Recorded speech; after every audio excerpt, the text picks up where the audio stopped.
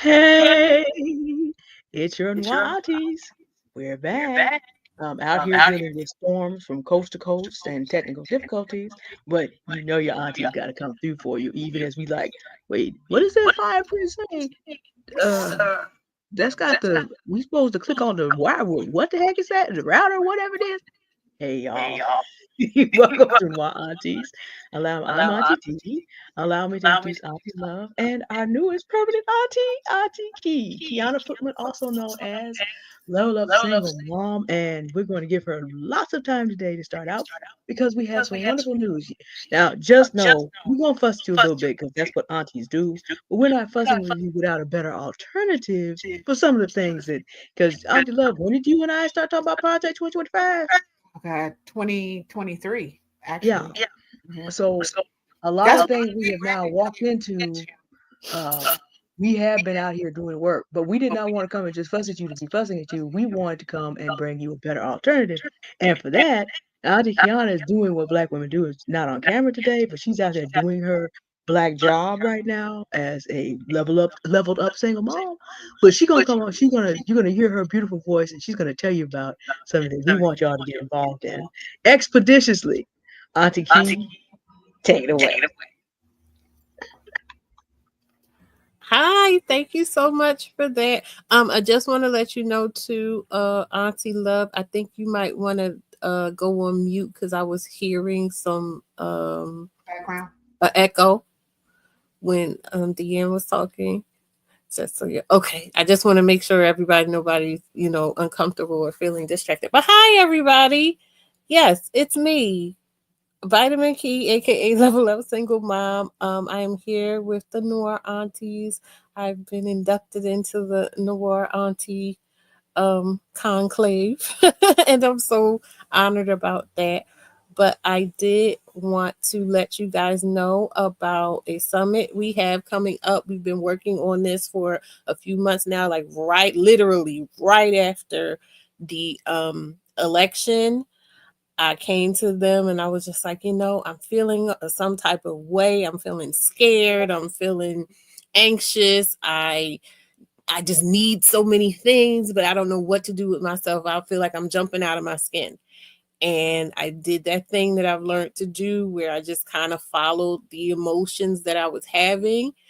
And I came up with an idea. And my idea was to come together with the women that I am in community with, that are very accomplished women, that are very knowledgeable women, and that all are so eager to want to help other women like us, both inside of our circle and outside of our circle, to come together and create something that could help people alleviate that feeling of anxiousness and fear, and also position themselves to be better off when everything is said and done.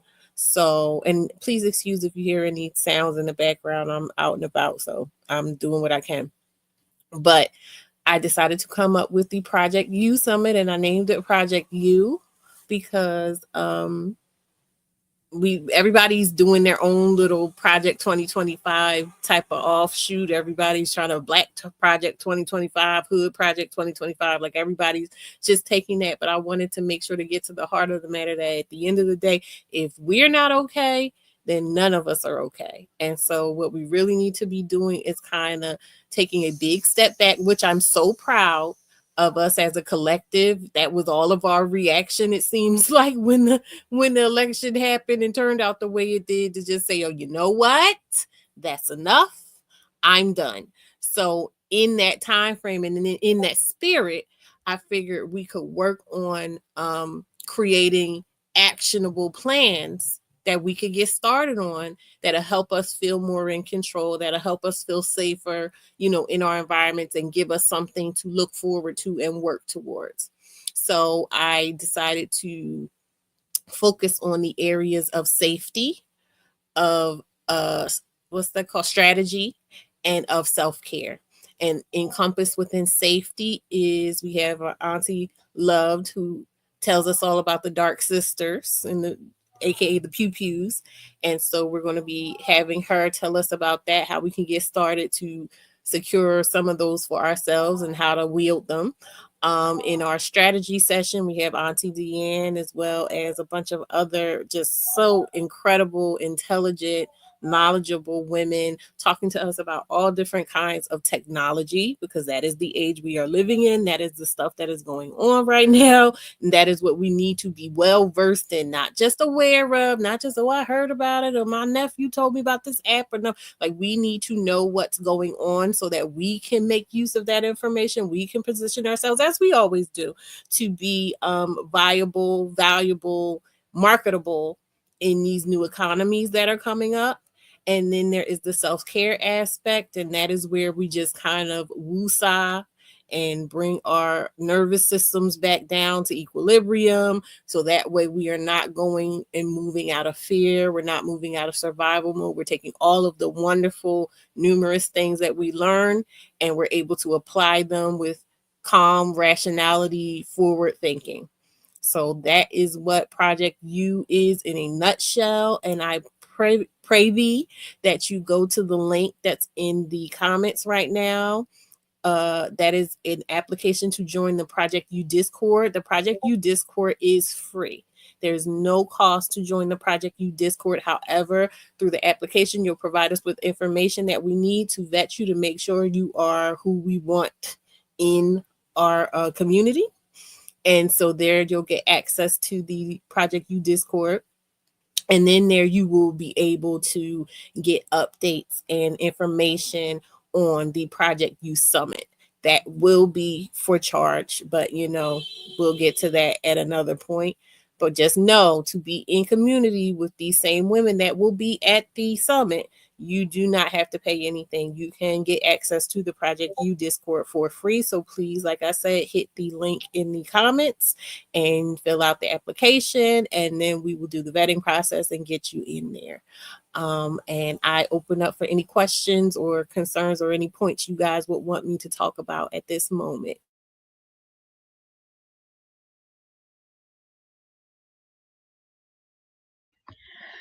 I really found it was very interesting because of the things that Auntie Love teaches on the self-care side about how you followed your emotions, but you didn't do what people generally do. You didn't flame out. You didn't panic. You followed your emotions to be able to create something that answers your questions and also something that answers a lot of Black women's questions. I would really just like to hear a little bit more about the process by which you did something that many of us are actually struggling to do. I say quite often, when I grow up, I hope that I have the ability to just stay peaceful in situations the way you do. I admire that about you so much. Just talk about how did you make that, because that's a transition that we as Black women, I see us making it, but we don't talk about how do you go from, oh gosh, not again, to creating something for yourself and that can then be for other Black women like that. I love that question. I think that the heart of that is I have built a rock solid relationship with myself. I think of myself, I mean, I know I am myself, but I also treat myself sometimes in moments of crisis and moments of discomfort and moments of anxiety and this and that and the other. I step into the role of kind of caring for myself the way I would care for someone outside of myself. And so in that way, I can kind of recognize, okay, Quianna needs this. Quianna is looking for that. Quianna is anxious. It helps me, I guess, not to get carried away and overtaken by my emotions, and look at it in I don't want to say a clinical way, but maybe more of a holistic way of how can I help myself right now? How can I give comfort to myself right now? How can I provide solutions to myself right now? And that helps me to be able to think about it more of an objective way. Okay. Thank you so much about that. Auntie Love, did you want to follow up? Because I'm thinking about your concept of self-fullness here, really. And so since you are the creator of that concept as part of the Doctrine Intelligence, I would like you to just talk about, okay, because again, one of the things that we're going to be learning in part of Project U Conference is self-care, is how to be able to follow a process. And like I said, since a lot of that is in your department, I'd like you to just talk about the concept of self-fullness in light of the information that Quianna has just given us, so that Black women can understand, okay, you too can learn how to do this. You can actually take command instead of being run crazy by all these other folks. Because you just wait, she's over here. Wait, hold on. Auntie compass backwards. Here we go. That she's up here. There you go. Just to give people a preview of the kind of things that you're going to be when you come to the summit. Um, Auntie Love, this is a concept that you've talked about, and people have an opportunity to take your classes. Confident, self-confident, becoming the self-confident woman. Oh, yes, I am, but I'm on. Thank you kindly. um, Becoming a self-confidence woman is a course that people will have an opportunity to take as well. I'd really like you to talk about the self-fullness concept because it just covers so much that Auntie Quianna said. You're probably going to come off mute. I'm going to go back on mute so there's no echo. Just like me. Start talking, girl. You know, it's exactly what Auntie Key and the way she described it, you know, which is, for me, selffulness isn't selfish or selfless. It's the balance, you know, because I feel like that's what we do try to do as Black women is balance, but no one actually shows us how to,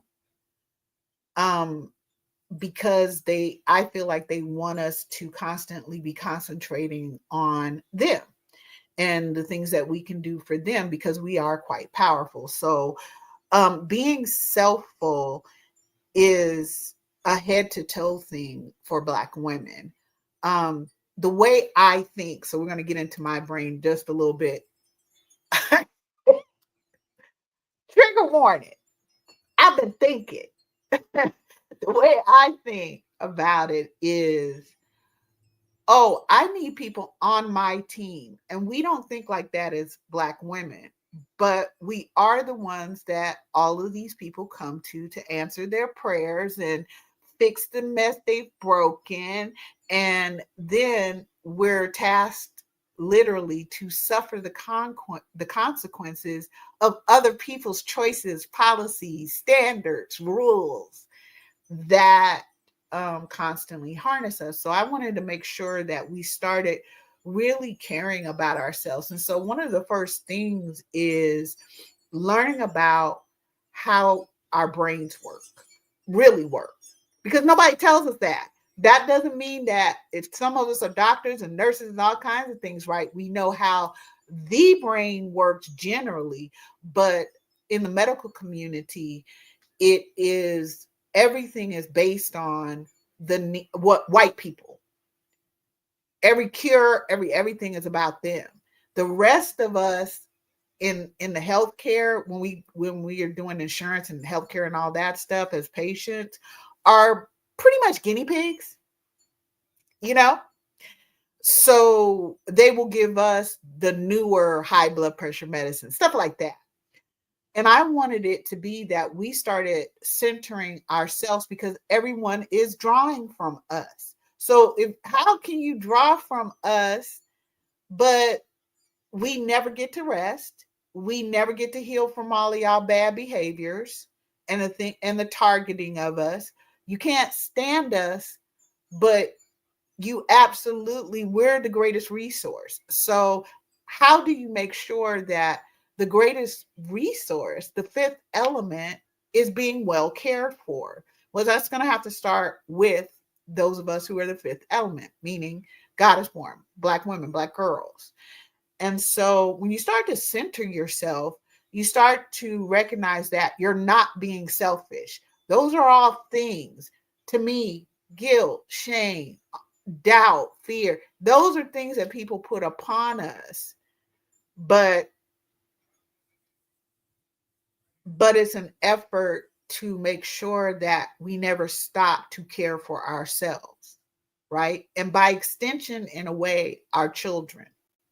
We're so busy trying to either fit into one stereotype or not fit into another. So when it comes to being Selfull, I am about us starting to understand how is it that our brains work as Black women.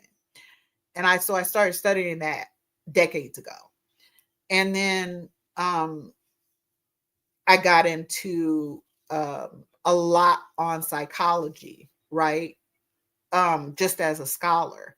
And what I found out about us as Black women is that not only does no one tell us, how to care for ourselves and about ourselves, they want us never to focus on ourselves at all. Whatever our pain is, whatever our struggle is, oh well. Okay. Because like water or air or the planet or the sun, these other groups of people use the other elements in the same way they use us and then torture those elements. The difference is the ocean fights back. The difference is the air, oh, play around and you be suffocating out here. The planet will reach up and touch you and swallow your ass. So there's this idea that we're also not supposed to protect ourselves in any way. So even if we were enslaved and they brought out a bullwhip, if we did this to guard ourselves, that got you more lashings. And the same thing is happening now. So how do you heal from that when you're constantly being lashed, right? Or mutilated or all of these things? And then to use our children to get to us, because that's the only reason that we really look at children first, which is a good idea. But we should prioritize children, and we also need to prioritize ourselves, because if we're not here, we can't help nobody. So it is about caring, for instance, like your skin. Okay, you need to be cared for. Your skin needs to be cared for in a different way than white people or Black men or whoever the hell that is. They don't do all that we do, not even close, for humanity. So our skin is the first thing that touches other people, and it's the first thing between us and other people. So I created Loved, right? Because I felt like, I got to deal with that. So Loved is a luxury essential oil for melanated Black women. And y'all know I don't make no bones about it. Hello, Magdalena. So I don't make any bones about that. But in taking care of our skin, we need to, I'm just giving this an example. I do a in-home spa with my own skincare products at least 3 times a week. And that's with a scrub. There's a soap that I make. I do these different types of shea butter combinations to heal us, because I'm a witness. I'm a witness myself. It works. Yeah. Y'all see how clear the skin is? Yeah. Y'all see, right? I'm a witness. It works. It calms us, right? Like it has a calming effect, because there are certain essential oils that I put in it. But the fact that nobody ever thought there are some Black women who thought about that, because we have quite a few Black women who are thinking about our type of skin, that we produce more. The reason we stay looking young the way we do is in part melanin, but it's also in part that we produce more keratin. So our skin doesn't hang like other people. We don't get wrinkles like other people and all of that. Well, that comes from being highly evolved too. But how do you care for the skin of Goddess Born? Because we need things like that to help us heal even our emotional self. You know, if you never even get to go to the bathroom without somebody knocking on the damn door, okay, that seems to be what it is for Black women. We can't even take care of our own bodily stuff without somebody needing from us or wanting something, or, you know. So being selfful is letting other people know too that you're on my team. I know you think you was at, but you on my team. If you on my team, you work for me. Okay? Because I'm working for all of you. That it's my job to uplift all the rest of you and protect y'all and those things. Well, if you gonna get all that from me, you gonna have to give to my selffulness, right? So it is quite what Auntie Key said. It is quite what you're saying, Auntie D, that we have to understand how our particular brain works, how we're very highly evolved than most humans, okay? And that we have to be able to, because we're in human form, we have to be able to heal our bodies. We have to be able to seek happiness and joy. We have to be able to be introverted when we want to be. We have to be able to, because we're creators. Most other types of people make things. We create as Black women and girls. So that's where that appropriation comes from that we all talking about, right? Why everything a Black woman do, y'all got to appropriate. We can't have nothing. Yeah, that's how it goes, right? So if we're the source of all of these things, why wouldn't we care for ourselves and let people know how they need to get with us, not them telling us how they're going to get with us? So that's another part of being selfful, right? Is no one's telling me, oh, you need to do this or whatever, or I'm going to tell you this and you just need to take it and you need to be professional while I go all off in your face and all this other stuff. Girl, you gotta get your head taken off over here.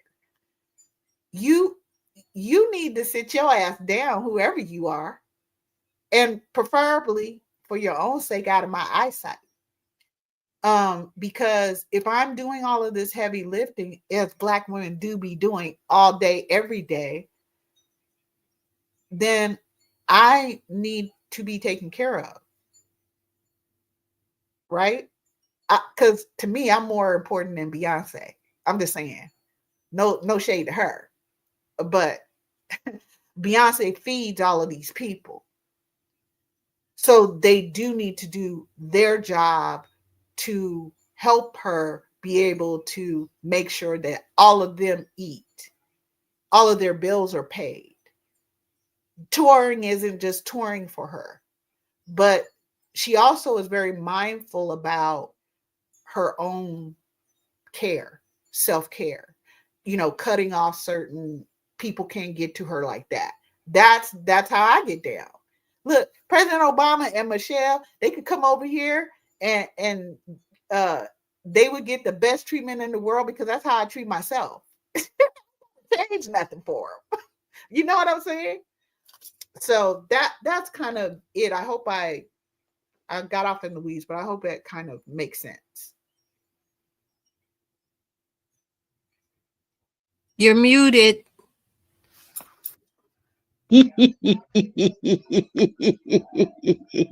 Auntie Life, we still trying to figure out how to hit all these buttons. We just talk, because we're at that stage of life now.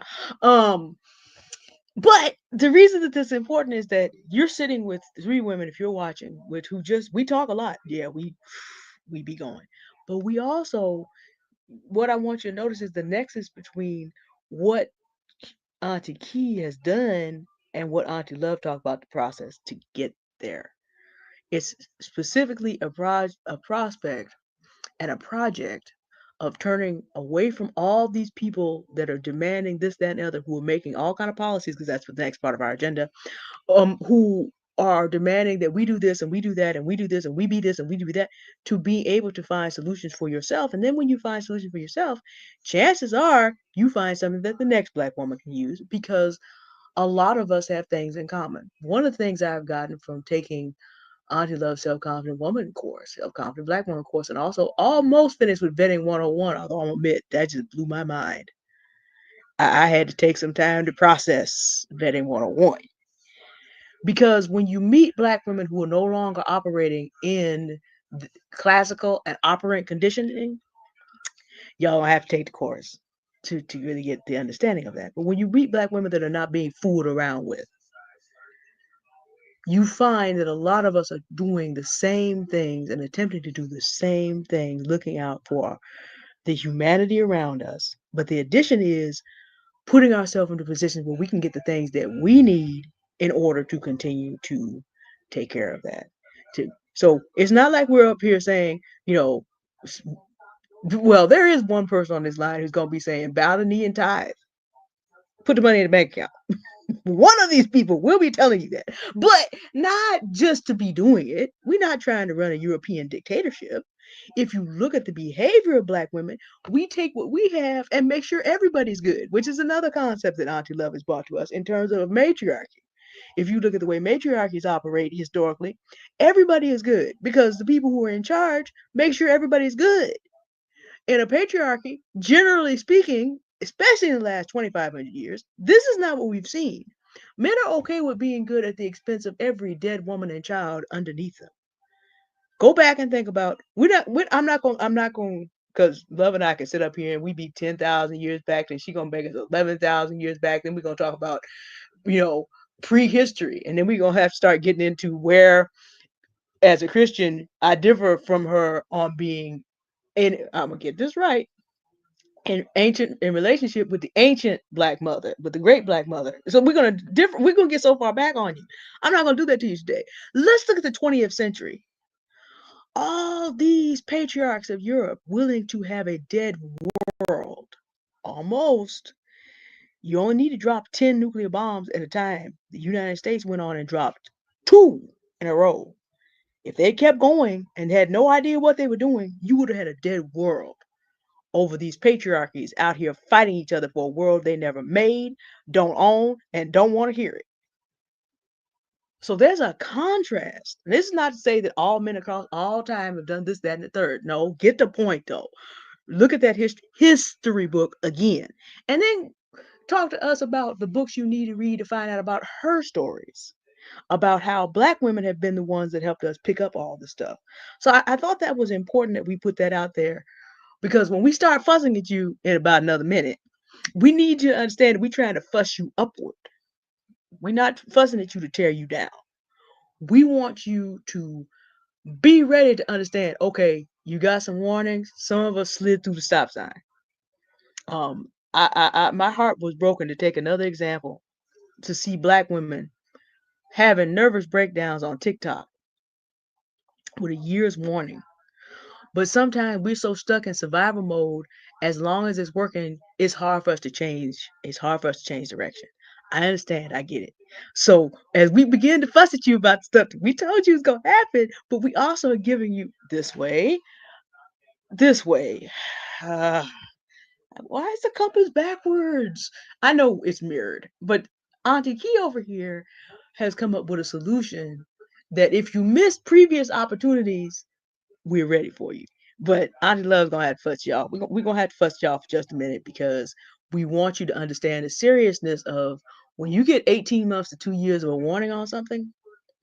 Let 2024 be the last year that any Black woman allows herself to be led down a road looking at the disaster and not feel like she has options to avoid it.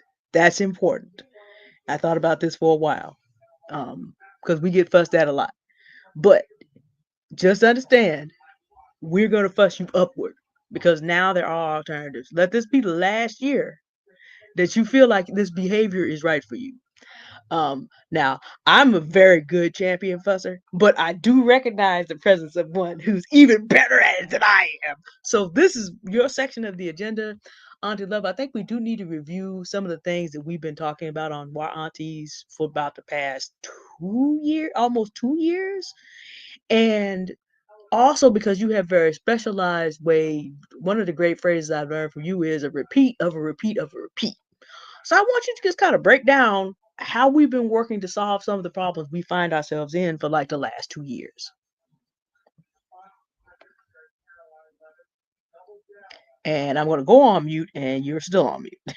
So I'm going to go now. So it's been a long journey for me, but it's also been a long journey for most all of us. And when Auntie D and I, because we've been together, when I look back, we've known each other for 2.5 years, but we've been together for basically 2 years. Tight, right? And we've learned so much from each other. We both have different fields of study, but it definitely cross pollinates all the time. And when we were looking at this, we understood, and Auntie Key understands this too. She too is an author. And so what I'm about to say is I talk a lot about our genius zone. And my goal for my own life was to spend more time each day in my genius zone. That's very difficult as a single mother. So much is thrown at us, right? And all of that. But I decided I'm going to stop spinning my wheels on men who literally hate me, you know, as a Black woman. I know that we definitely deal with colorism. I am privileged as a whatever y'all want to, my parents are Black, my grandparents on both sides are Black, and black all the way back, but we also, some of my foremothers were raped by white people. So, like most of us. So this whole concept of what the hell? Oh, we don't know nothing about Black women. Oh, please teach us about you. Girl, stop playing. Okay, we've been here just like you've been here. We've been living in your house, taking care of you all this time. What the fuck are you talking about? You don't know us. Well, you don't have to, though, right? Because we're no more than a chair to hold you up and to help you feel comfortable or whatever. So I really feel like being able to say no and mean it is so important for us as Black women. And Auntie D and I are very much solution oriented. So it has been, she gets to speak for herself, of course, but it has been very difficult, in the same way Black women feel that all these other demographics, we tried to tell them. We tried to tell Latino people, girl, you can't vote for this fool. He will fuck your kids up, man. You don't know that? He did it in 2018, bold and out loud, and y'all didn't do nothing. So y'all turn right around and do this. Now what's pissing me off about is, vote for who you want or whatever, dum-dums. But the children are suffering. They're coming into schools just like they went over in Africa and stole us. They're stealing immigrant people's children right now, here in 2025. May I mention that Missouri has a law that they're trying to get on the books where the price for illegally immigrating is lifetime imprisonment. And so what they're going to do is literally put illegal immigrants into slavery and force them to work the fields because it's a lifetime felony. And if you lose the felony case, that's the only way in the United States you can get back. They have this on their state books right now. It hasn't passed yet. But I'm just saying, when Auntie Love talks about this is actually what is being happened, children are being hunted down, because obviously if you can get them young, I'm just saying, that's a lifetime. So literally what Auntie Love is talking about is literally on state legislatures dockets right now. A lot of us live in Missouri. A lot of black women live in Missouri. Please be advised that this is going on. And yes, we can talk about, but again, we're looking at not these adults who may not have voted, but look at it. They're also hunting children because they're the youngest. Pay attention. Auntie Love stuff she's talking about, that's happening. I, I just want to jump in here because even in little podunk Philadelphia, ICE has been spotted rounding people up or attempting to round people up. You know what I mean? So like it's not a game. This is very, very real. It's It's really very happening. Yeah, and um this idea for us as black women that we need to follow the rules of all of these different people who hate us. You know, I'm going to put this in biblical terms, okay? Because I literally don't get it. I'm gonna tell y'all, I don't get it, but I'm gonna put this in biblical terms, and Key and D can tell y'all whatever. Would you, as Christian black women, follow any law, rule, policy written about you by Satan?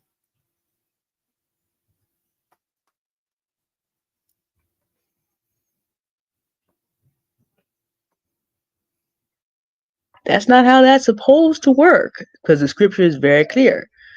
Mm. There is a obedience necessary to the laws of man, but land. But the minute the laws of the land fight with the laws of God, the minute you are ordered to treat one of God's fellow creations as less than, the whole civil rights movement of the 1960s is based on this.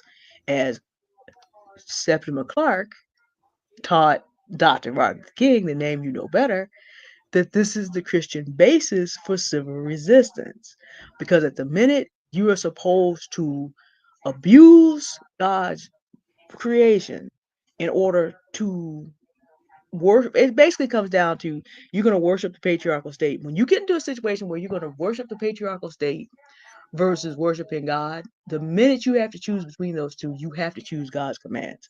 And God's commands are very clear in Galatians 6.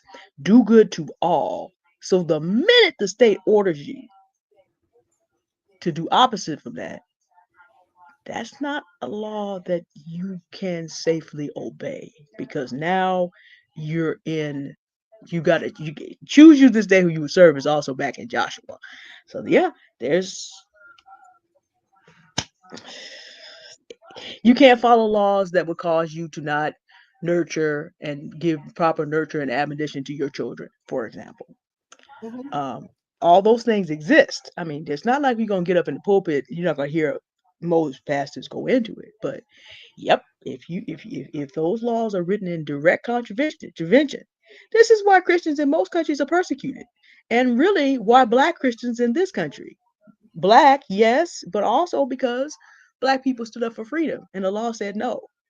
The Bible actually does say if you are a slave and you can't get free, use that.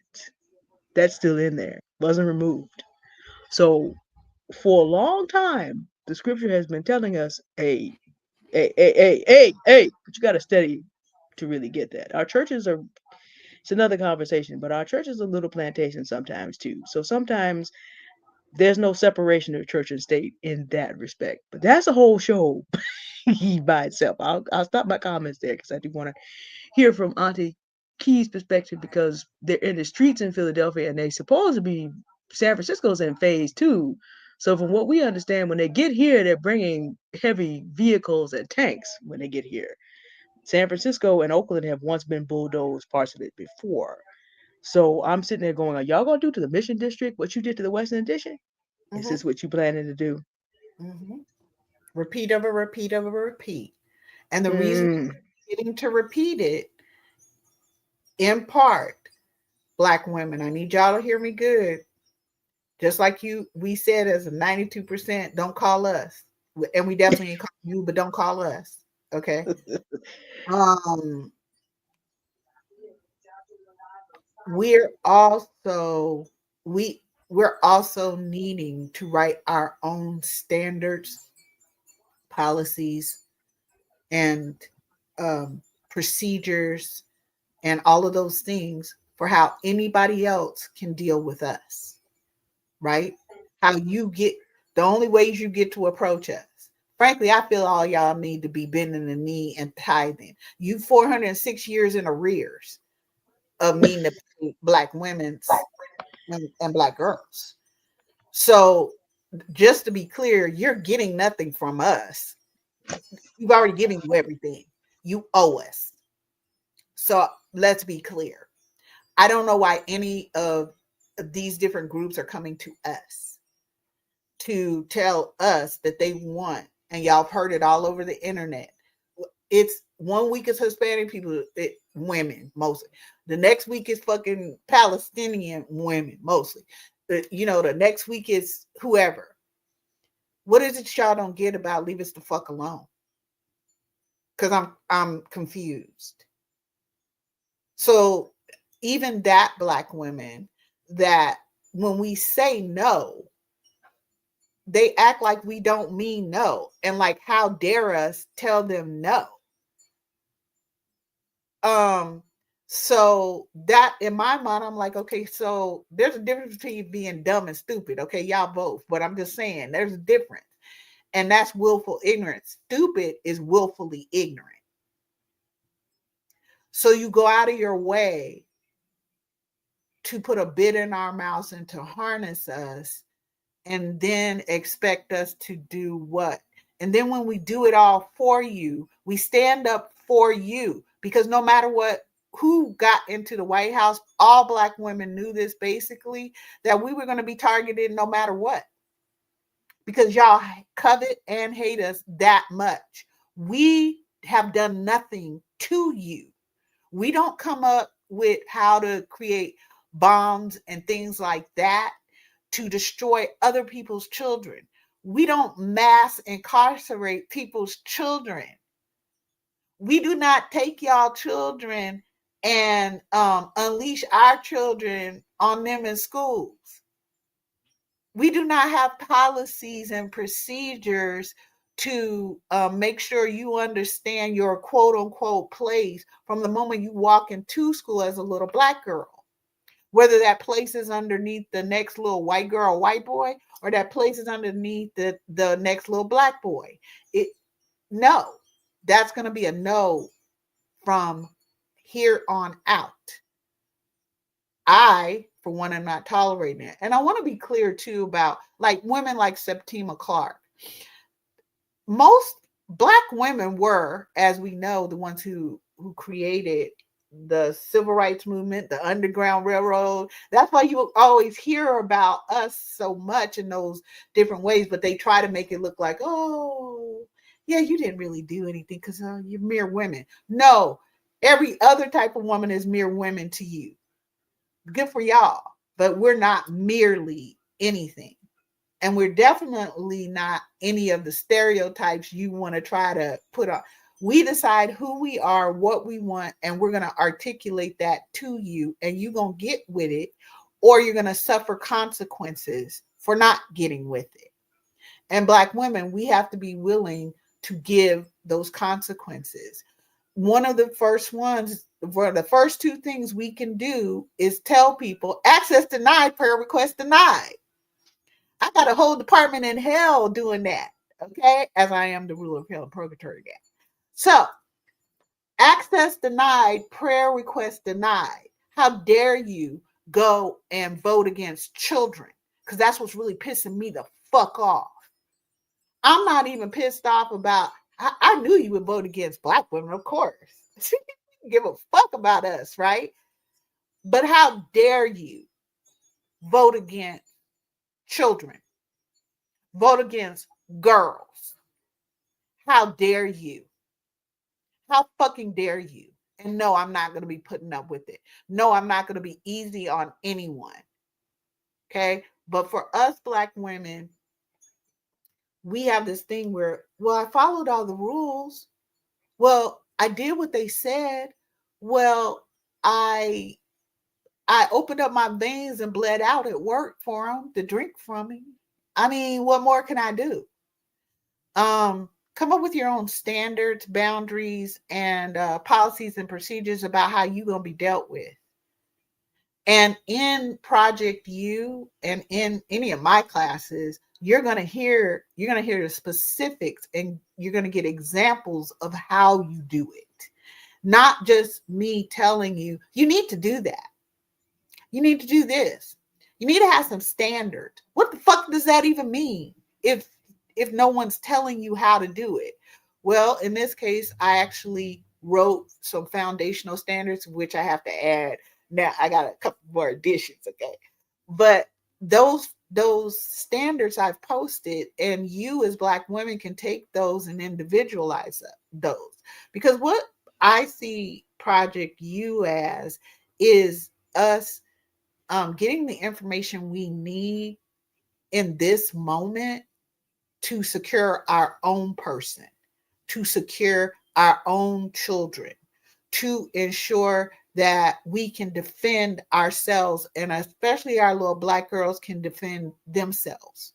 Right now, we're out here with all of these maniacs who are violent. So us just going, yeah, but we've been nice though. But we've never done anything to anybody. That's not stopping them from being violent toward us. I hope y'all get that.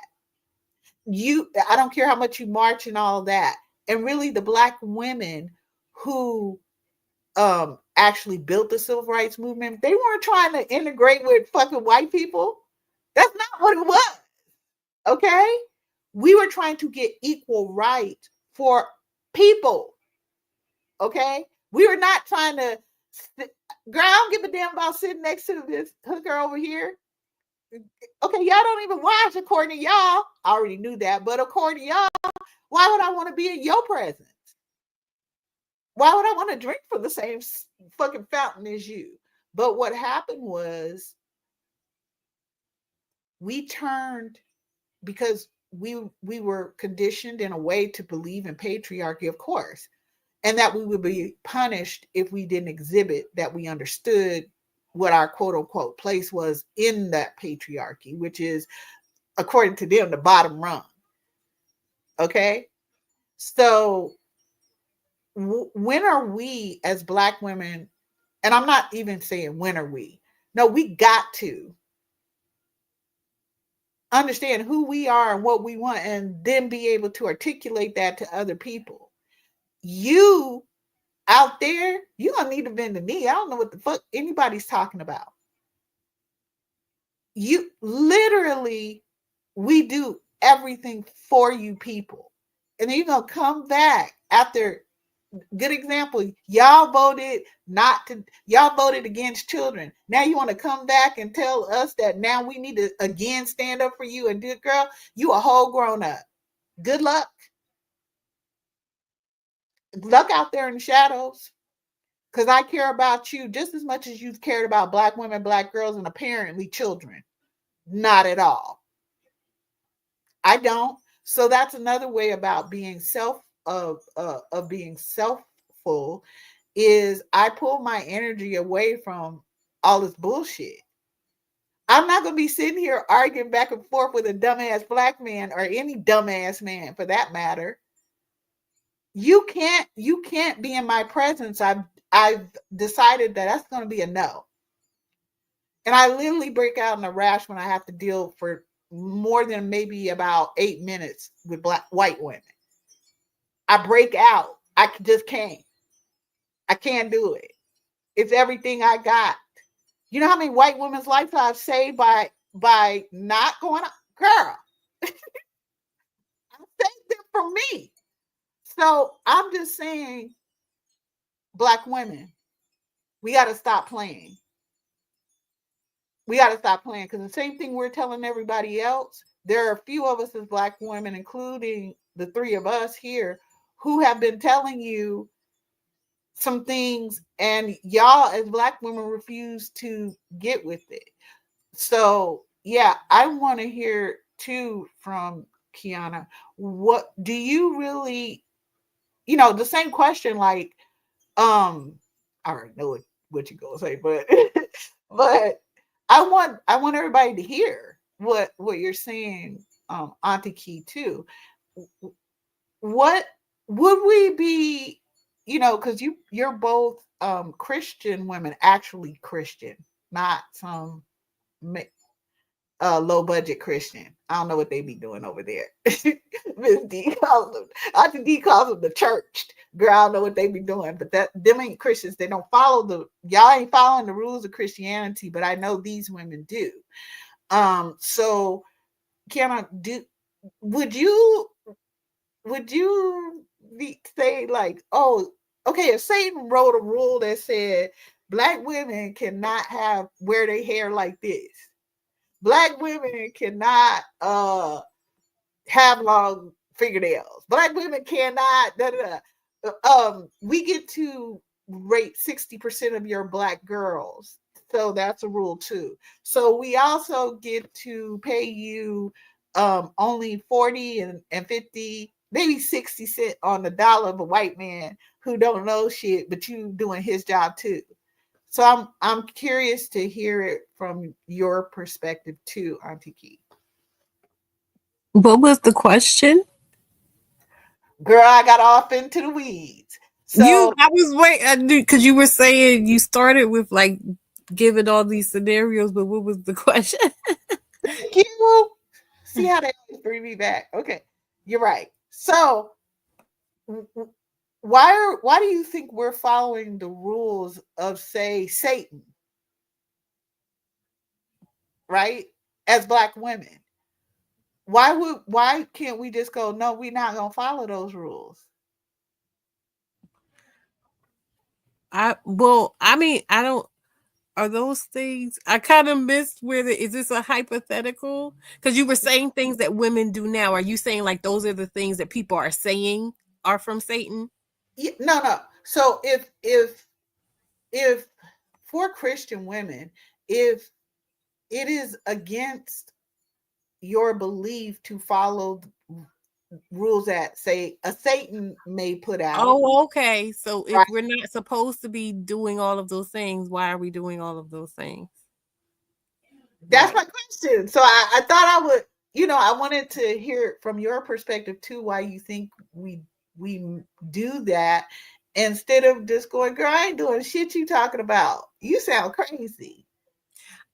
The thing is, if people want to buy into those ideologies, because there are the different types of Christian factions that have those strict and stringent rules about wearing those things and doing those things, even like eating seafood. We're known to eat a lot of seafood. You know what I mean?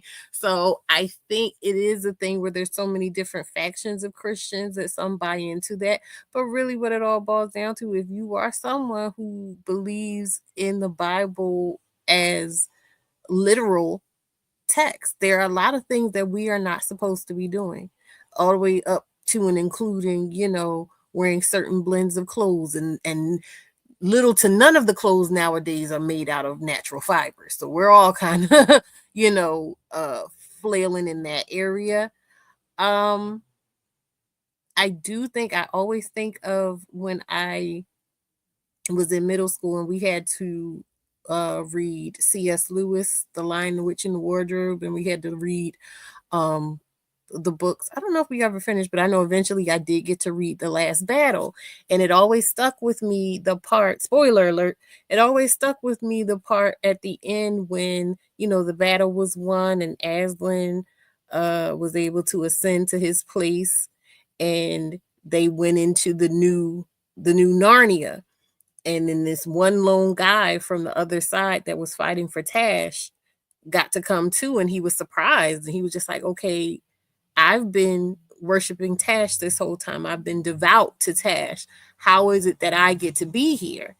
And Aslan told him, like, everything that you were doing in the name of Tash, you were actually doing in my name because of the righteousness of what you were doing. Like, he wasn't doing the wicked things that the other followers of Tash were doing. He was actually doing things that align more so with Aslan. And so because of that, he was able to enter into his kingdom. And that always has stuck with me. And so for me, it makes it a lot easier to not get into the weeds necessarily about what people are doing as opposed to the impact of what people are doing, or um the intentions behind what people are doing, because anything that is done in the name of God, it'll come out in the wash. I fundamentally believe that if you are doing things for the right reasons and in the right way, then everything else will kind of fall away, because all that is left is the truth of love and of God. So if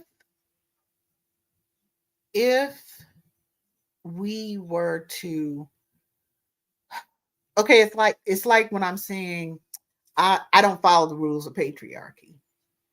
I'm not bending the knee to any men, God or not.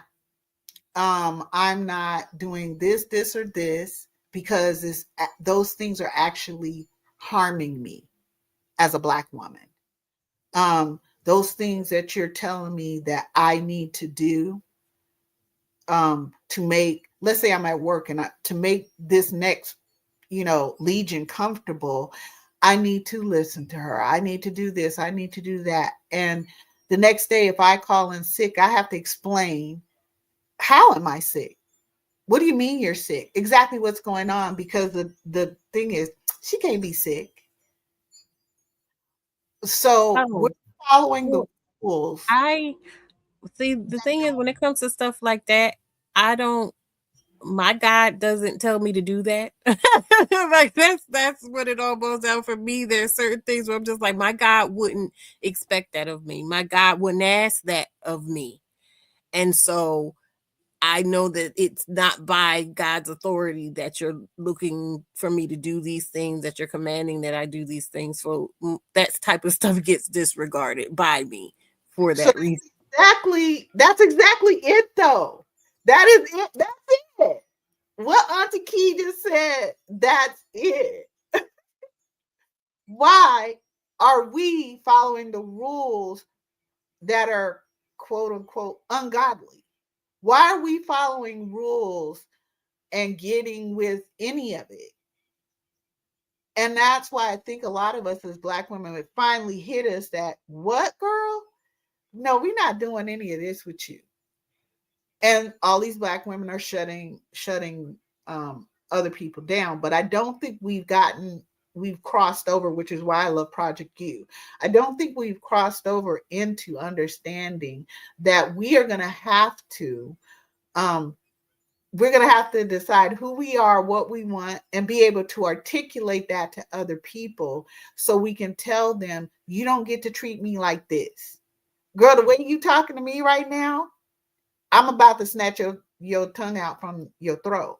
So that's not what we're going to do. And it's just what you were saying, Auntie Key. It's just what Auntie D was saying. These rules are killing us, and it's actually killing humanity. You know what I'm saying? That if you're going to terrorize people with a group of laws and all of this, taking every single right they got away, we try to tell you, this is a very slippery slope. Oh, Black men, you think it's funny that they said we doing away with Roe versus Wade? Now y'all got to do this, and y'all got to do that. And Black, no, we don't. No, all the other women. The part that's so confusing to me is that now I want to know exactly what they were reading and comprehending and hearing when these things were being discussed. I mean, I guess it's clear that they were hearing, oh, this type of thing is going to happen to people who aren't me. But it's like there was nothing in there that said, oh, it's only going to be Black women, it's only going to be Hispanic children, it's only going to be it's clear that any other time you think of yourselves as the majority and whatnot, you thought it was going to pass over you. Like, what? How did you think this was going to work?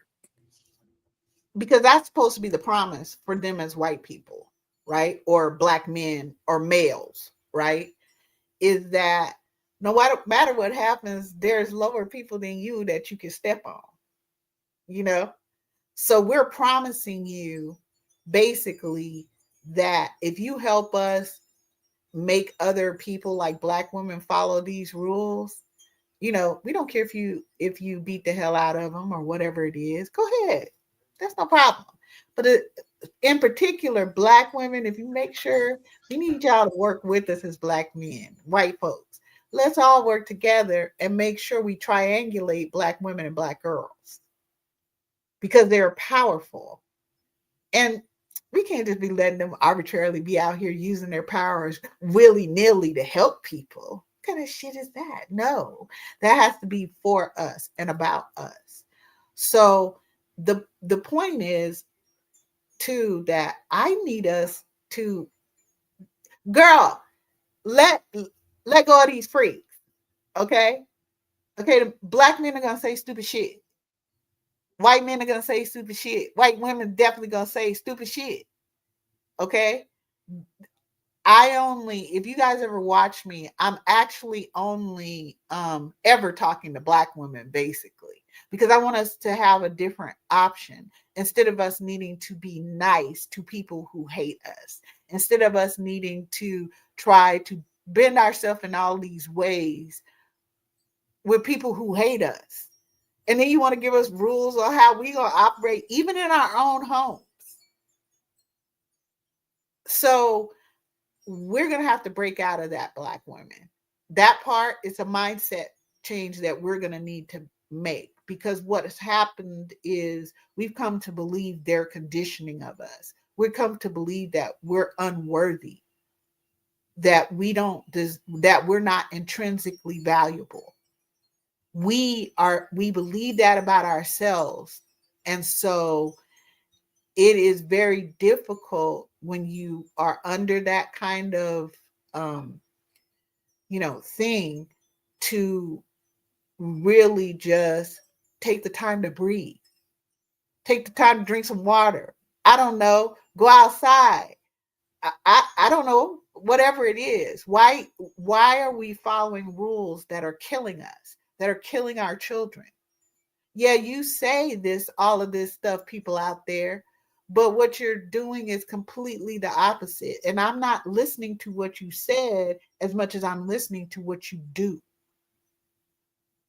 So I don't understand as Black women why we are at war.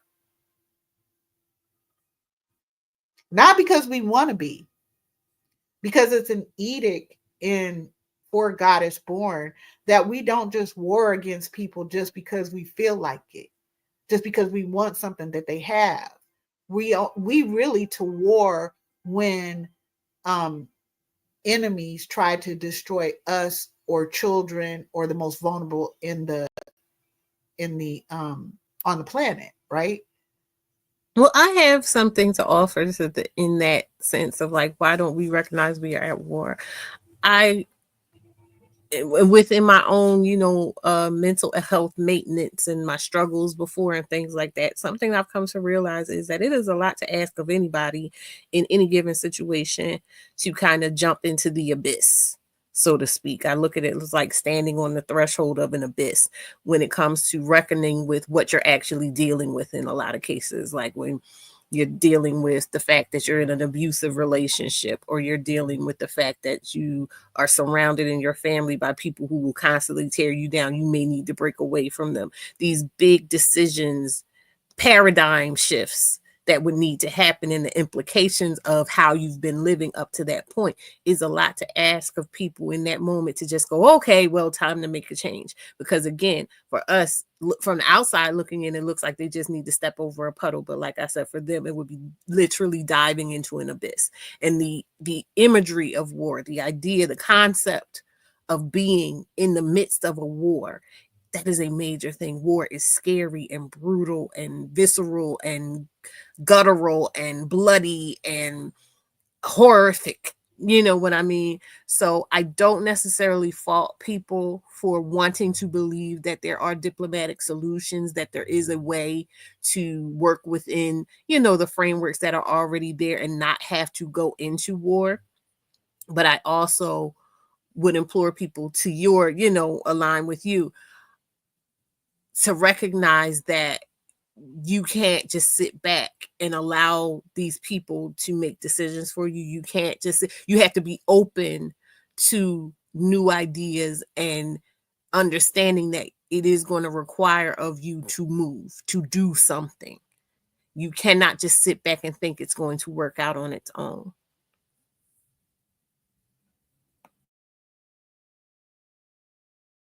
I'll just add to that. By the time, okay, so I just turned 44 this month.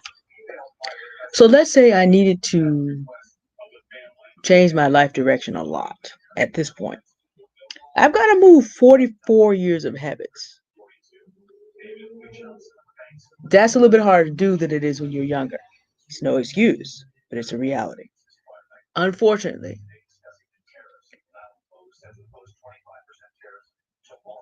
when you realize the extent to which black girls are damaged early, by the time you reach any significant age, make it 24, there are some patterns there. And if this is one of the reasons why Project U is so important. Don't just buy a ticket for yourself. Buy a ticket from your young black women that you love if you can. Okay, it's also not cheap, but buy a ticket for yourself and then buy a ticket for some younger black women. Because the older you get and the more ingrained in patterns that you have, the harder it is to change. If you have been made covert war on for a long time, you are adapted to surviving in that condition. That said, it can be done, but it is I've really come to understand, and I just need to particularly thank you, Auntie Key, for helping me get a better, you and Auntie Love for helping me get a better understanding about why. Well, I can look at something and be like, yeah, this is obviously what we should do. But I'm also not realizing how much more patterning. I mean, my specific part that I'll be doing in Project U, for just an example. If you've never had a situation where you could leave $10 alone, where there was not a need for that money, when someone walks up on you and says, in a year, your $10 will be worth 40, you've never been able to get through a month where you could leave $10 alone before. A lot of things we're going through as black women is just changing patterns that are meant for our survival to get across the gap to us thriving. And it is going to take another reason why you should go ahead and click on the Discord link, even if you're not sure you're coming to the summit right now. Go ahead and do the Discord screenings. You can begin to be in community where you can begin to see possibilities. You can begin to be supported by black women who are about possibilities. Because it is difficult to do. Not discounting that. Yes, we can tell you all day that you're at war. We told you for 2 years that this was coming. But if you don't feel like you have the support to do something different than what you're doing, then why are you planning? Are you going to be able to do that? Most people can't go out on a limb that far. We're human beings. One of the surest signs people are human is that it's very difficult for us to do things. We're not meant to do things alone. But get into spaces that help you to be supported to take that next step in the direction you need to go in. It basically rolls down to this. Given what we've just seen in the last 10 days, 11 days, whether or not we want to acknowledge it or not, the war is going on. You get to make choices about whether you and your children survive it. You get to make choices about whether or not you and your children can learn how to even thrive while it's going on. Those are choices that are available to you. Get into spaces where you'll be supported in doing that, because the war is going to go on either way. And again, the older you are, the harder it is. If I had to make a major life change, it would be very difficult at this point at 44. But if I waited till I was 54 or 64, it would be even harder. So take the opportunity that is coming to you. We're not saying you have to, there's only one Auntie Love. Everybody's not going to be able to go out and do the things that Auntie Love. There's only one of her. Everybody's one of one. We're not expecting you to have Oh, I don't know. We wouldn't expect you tomorrow to be like, everybody who passes these consequences, they're going to be upside down skinned on a spit. And, or don't even bother running in a zigzag pattern because I got sights on my stuff now. You're not going to get there tomorrow. Nor is everyone called to get there. Everybody's called to do what they're called to do in the world. Not everybody's going to be the same person, but get the support so you can find out what you're supposed to be doing. Not what all these other people that basically want to re-enslave. Okay, my sound is going in now. Let me say it again. Here we go again. Figure out, see, this must not be supposed to go across the airwaves. Figure out what you're supposed to do. Not all these people want to enslave you. They have a plan for you. Do you have a plan for you? Get the positions that you need to be in. Now, one of the reasons that it also is difficult as we proceed. Did anybody else have anything else they wanted to say on this subject? Actually, as we proceed with our agenda, one of the reasons it's also hard to change gears, where are you going to get the resources to survive when people who already know what consequences they want to enact on you turn off the spigot? We've all watched the news in the last 2 weeks of how our new administration has tried to cut off everything and got knocked back some. But literally, when Auntie Love says people voted against children, every child in the country who is not already rich, if the administration had been allowed to do what it wanted to do, would have no benefits coming through tomorrow. Not July 1st, not a year later, February 1. Fortunately, enough pushback occurred. So, but we don't know if that's going to work because they're going to try it again. So we do need to secure additional resources. And I've heard Auntie Love refer to the fact there are 3 authors on the line. So there are information sources. And in the section of the agenda that I'm meant to present next, I'm going to introduce what I talk about specifically, but we also have some other wonderful presenters at the Project U Summit. But before I move on, because that was a very deep question that Auntie Love asked, and since you asked it, I want to know that you have any roundup thoughts to go with that before I move on to, okay, how do you find the resources necessary to survive when you stop holding up systems for people who will dribble a little bit of their resources out to keep you going, doing their stuff? When you decide to stop doing that, where do you find things you need? But I want you to just wrap up if you had anything else to add, and I'll go back on mute. Okay, so again, with Project U, that's a wonderful place for you to start. Because we're solution oriented, we are not, like if Auntie Key or Auntie D said, hey, I think we should do this, we're going to actually make a plan, and then we're going to put it through the little cutesy algorithm on how to problem solve maybe a more critical problem. And for Black women, you could plug in whatever the problem is, and if you follow these 8 steps, you will come up with action plans. And then you'll be able to act on it, and then you'll just be able to evaluate how it came out, the outcome. Okay, so it embedded in Project U is ensuring that you are believing enough in yourself and starting to heal enough that you can call a thing, and that you can make serious plans, because that's what we're not doing. It's the same thing I say about vetting. It's not that Black women can't vet. We're the best vetters in the world. Okay, let's be honest. Okay, we'll find out everything there is to know, all the way back in your lineage. What that boy say, lineage of evil. We'll find out everything about you and everybody that ever talked to you. Okay, but it's after we've been hurt. It's after we've been in DV situations. It's after whoever we're with had a baby when they were supposed to be committed to us within that. You get what I'm saying? Like that, we need to put vetting in front of doing all of that, right? So I do want to show us something really quick, because we're going to have to get used to this. All right.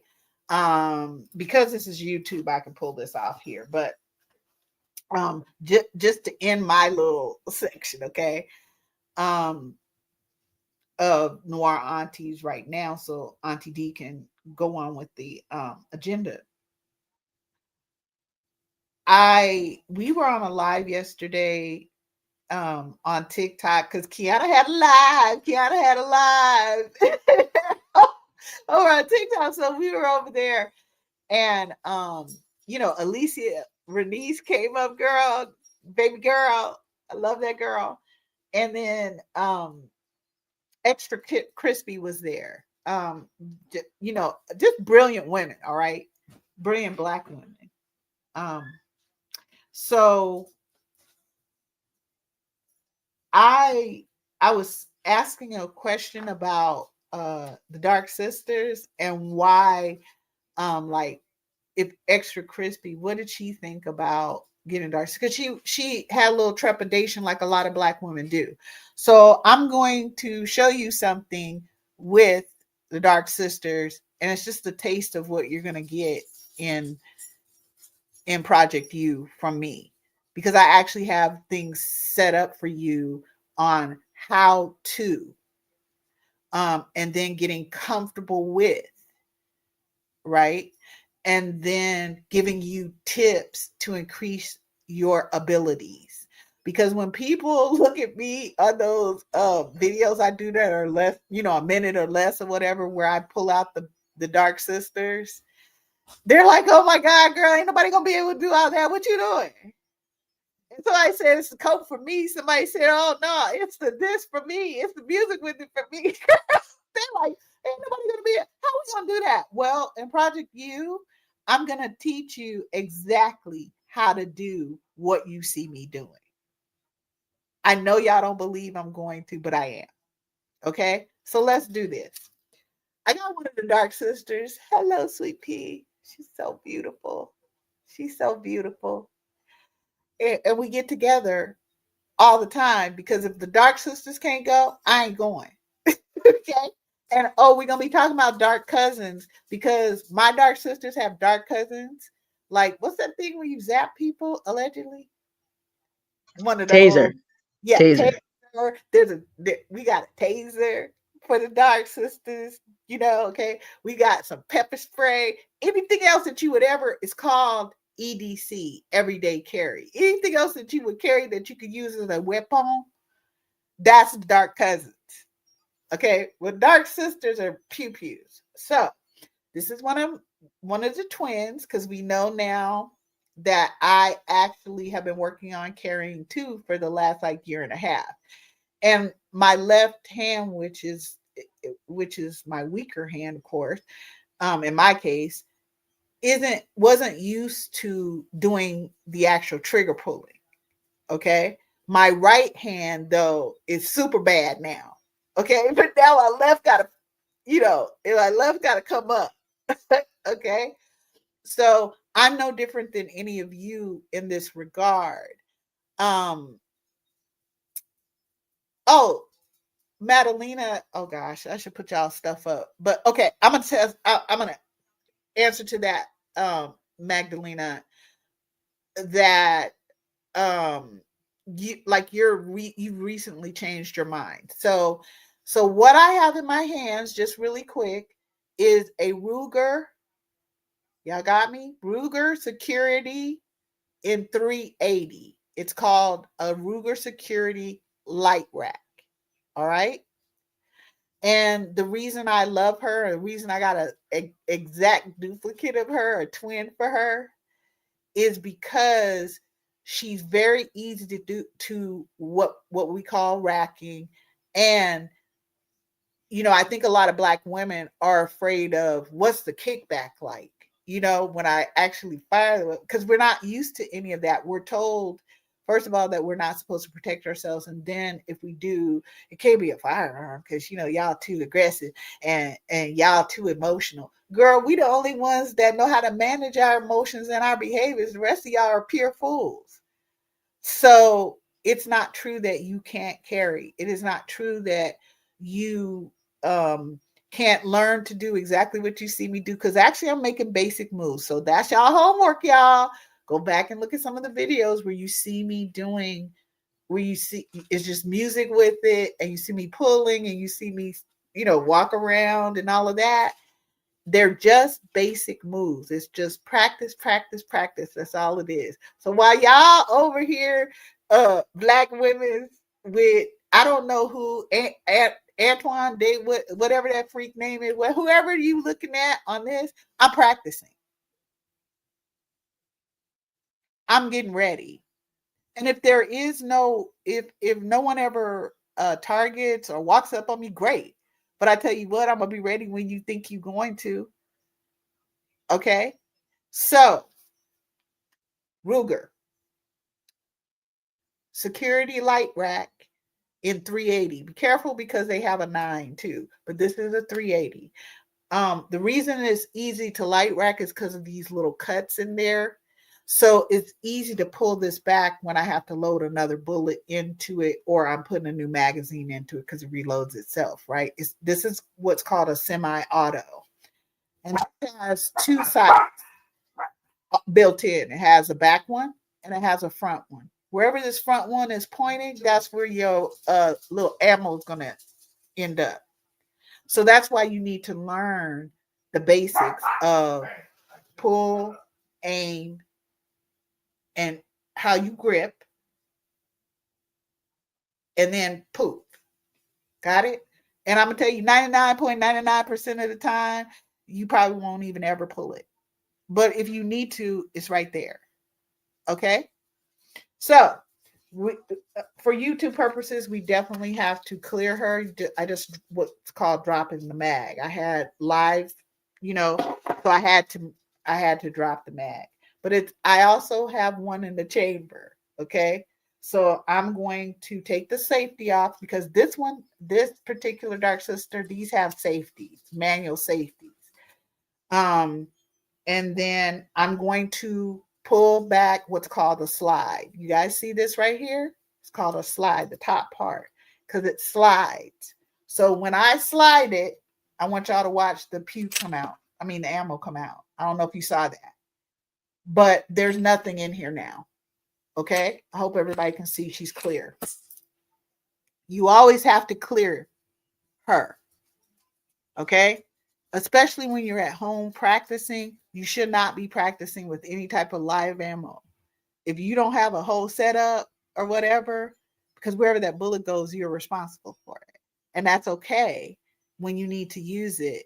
But it's like you also learn situational awareness when you're doing this. You're watching people. You're like, oh, you getting ready to roll up? That's not a good idea. Mm-mm. So we cleared her. We wrapped her, right? So this one's so easy to rack. Some of them are really tough, but this one is easy to rack. That's why I recommend it. So I'm getting ready. I got little fingers, girl. See that? I just pulled it from back there. That's not hard at all. Okay. Now I want y'all to see my grip. Your grip should be tight, and I'm going to teach you about your grip. I'm not going to explain it now, but I'm going to teach you during Project U. So that's another reason why I want y'all to go into the Project U Discord, because you're going to get yourself familiar, because we've been taught that we should be afraid to wield a pew pew, but a lot of the way that we are unalived is by a pew pew that somebody else is holding. Y'all hear me? I'm just saying. So she's clear again, just so you know, there's nothing here. And so when I go to grip her, I come up tight. This is a beaver tail. You're going to learn how to do all that. Girl, if you was over there in Project, what's the name? You would see how to break one down right now. Okay. So I'm going to come up into the grip here, right? Tight up against here. And then I'm using the first rule of safety. Okay. Don't put your finger on the unless you actually pew it. Okay. That's one of the ways, because it's just sitting there or just being held. This thing isn't going to do anything if you don't pull the trigger. Okay. So the way you always see me, even when I'm doing the videos, you will see me with my finger not on the trigger. Okay. So that's one safety rule that will help you feel more comfortable. That's all in your hands. If you practice just the grip and making sure your finger's not on the trigger unless you pew-pewing, you'll be fine. Okay? So you're going to learn the rules of safety in there. You're going to learn different techniques and tips. We definitely going to talk about what not to wear, girl. Cute clothes. I ain't nobody going out and just jeans and a t-shirt with their husband flannel shirt over it. That's not how we roll as Black women. When we doing something cute, we being cute and lethal. I don't know what y'all talking about. I can wear really anything. So you're going to learn about that. You're going to learn about holsters. You're going to learn about a lot of things. Okay. And you're going to learn how really cheap this is to do, to start. And it's securing your person. The reason those other people don't have a problem, especially the white people, because they put their kids into the same training I take. These little kids at the range, girl. These little white kids, they at the range. While we're sitting here telling Black girls, oh, you have to be demure and you need to cross your legs at the ankle and you need to be a servant and a help me and all of this. But they all get to use pew-pews and they do on us. Sonia Massey. Huh? So, but we don't have the skill to do that. And it's time that we get that skill because power requires representation, especially in a patriarchy. So again, we cleared her and I got my grip. You can see I'm tight up against here. You know why I know I'm tight? Because this part right here is tight.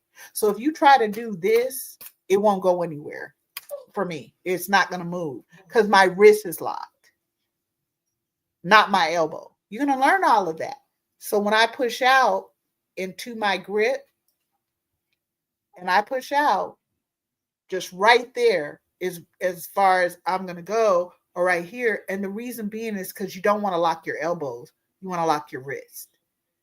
I'm going to teach you how to do that because as a part of Project U, we're not just telling you to do something. We're going to give you the steps so you can do it. Now you can modify those steps to fit what you got going on, but we definitely are going to give you the how to, right? And I want y'all to get comfortable just even looking at these.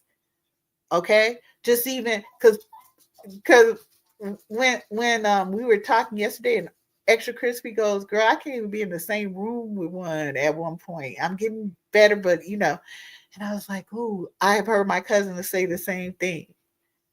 And I'm like, girl, what? But they grew up in a household where their dads had them. But somehow the quote unquote good Black men really, they don't want you to have one either. And why does everybody tell us, girl, you too crazy to have one? Oh, I might, if I get one, I probably use it. Well, maybe you have to use it because these people are freaks when it comes to us. So, you know, we're just not those type of women where we're plotting everybody else's downfall. We're just simply trying to protect ourselves because we have the highest loss of people in our demographic as Black women and Black girls. And it's y'all pointing pew-pews at us and us trying to beg you to act like you got some sense and please put that down. Please don't go get your pew-pew. Y'all do that to us. But then they won't teach us how to use these, how to clean them. Because it's important that you clean them. You're going to learn that too when you come to Project U. And then, especially when you come to the summit. Because a lot of you have told me you don't feel comfortable with them. And I understand it. But we got to get you comfortable. Because these people ain't playing out here. If they snatching children from schools and in Project 2025, oh, you ain't the only one. And Auntie Q is right. White people or whoever, black men, whoever they were, or Asian or whoever, they thought they were exempt. And I've told us before, we're not exempt from anybody's behavior, but most black women understand that. But these other people don't believe it's going to affect them. So now that they're starting to understand they're not exempt from each other's bad behaviors. So what does that mean for us? Well, we're walking out into a hostile environment for us in which we're constantly being targeted and unalived and mutilated. So we can't just sit back anymore. I'm sorry, Black women. Y'all are too precious to not protect yourselves. Y'all are too precious. Y'all mean too much to this world for these motherfuckers to arbitrarily just have a moment like that little green dude. What's that thing? St. Patrick, but I think y'all call him Tory Lanez.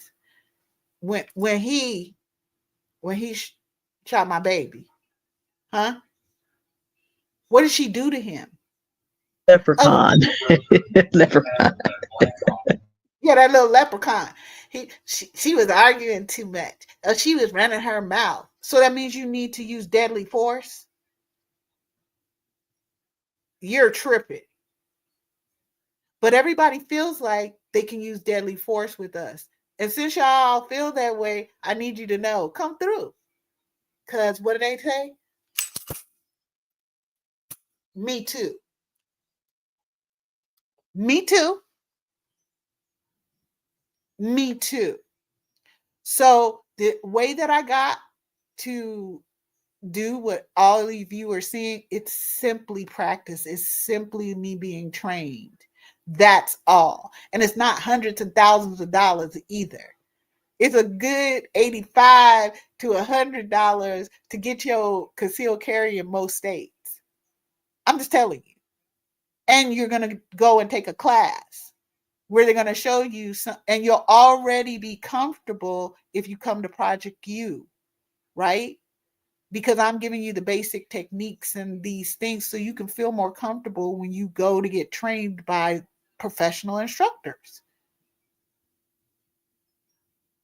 So y'all see me with my dark sisters. And oh, by the way, because I've heard people say, oh, I've been working out and I'm in, you know how we do in the first of the year. We're going to lose weight or some other stuff. Look, girl, you want to work out?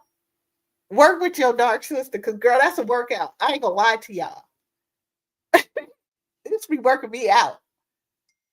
So you're gonna learn those things because I want to make sure that you're comfortable, and I want to make sure you have the steps, okay, on what you're gonna practice, how to handle her, how to do these different things with her, so that you can get comfortable. And also, like I said, everywhere I go, I have both. It's called appendix carry when you're carrying on your body. Okay. So I have both dark twisters, and they're on either hip. So I wear this around my waist, and you can see I have a hard holster here. So when I go to pull, it's easy for me to grip from here and just go straight out to do whatever, right? That's all. That's all.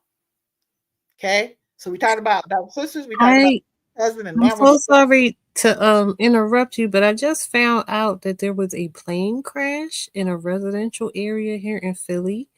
And my aunt is fine, but it's in like her part of town. So I'm gonna hop off of here and convene with her and figure out like what's going on. okay. All Girl, go right, but I just want y'all to everybody's okay, like nobody's hurt. okay, because I'm already worried. Yes, I want to let you know. I already like texted her. She didn't even know about it, but like we need to be figuring out what the heck is going on up here. He got rid of the FAA. Yeah, yeah, that. So 2 days, 3 days. Yeah. Good grief. But I love you guys. Love Thank you. you so much for having me. Project You was going to be amazing. Lord, we need it. And I will talk to you. I'll talk to you guys tomorrow morning. Okay. All Yes. right. Good night, babe. All right. Bye. Oh my gosh. Oh, Deann. What in the hell did these people do? Electing this freak. Um, okay. So we talked about our girl, right? Again, um, Ruger security light rack. Because I want you to have an easy go of it. And it's one of the most reliable manufacturers. They've been around a long time. I have several Rugers. Okay. Um, I got to start getting y'all comfortable. And I realize that. I recognize that. And so that's what I'm trying to do. So y'all saw me drop the mag. Y'all saw me clear it. You saw me grip. Okay. And the more you is this what I'm doing right now is called dry fire. I'm not actually pulling the trigger right now, but even if I did, it wouldn't matter because there's nothing in the chamber and there's nothing in here. You can actually get what did I do with that? Girl, I don't know. You can actually get, you know, um you can get caps so that you get to use your blanks, in other words, so that you can use and practice your what you learn on the range and stuff at home. So all dry fire means is I don't have any live ammo anywhere near her. Okay. And I don't mix my other stuff like my blanks up with the live ammo. So y'all are going to learn a lot, but I want y'all to know that I too have been working on that new thing for me, which is, having both girls. And let's clear the second one. Let's clear her too. Okay, shall we? Shall we? And you like, love, what you mean a second one? What I said, clear. So we got two. Huh? You see? And it just isn't that easy. It's not that difficult. Now I had to decide, was I going to carry a whole different kind of one? And I did try that, but I was like, girl, just go get you a second of the same, girl. We gonna have magazines with where we can put, we gonna be doing all kinds of stuff. Hello, dark sisters. Let's get it. That's all I got. My girls, that's all I got. I learned from that. I'm looking forward to the summit because I live in San Francisco where I'm glad to know about the dark cousins. Sisters are not allowed yet, maybe a minute, but certain cousins are allowed. And some things in terms of locking the wrist, in terms of learning how to get your eyes and your body to do what it needs to do, apply to the cousins also, although the cousins are a little bit different. But I'm definitely gonna be wanting to hear about the cousins because that's what I can do for right now. Um, and I able to practice using the not quite so dark cousins, but y'all sometimes notice you watch my videos. I carry two hiking poles. A law enforcement officer taught me what to do in terms of defense if I had to use them. So even though I'm not, I don't present as, I don't present quite as openly.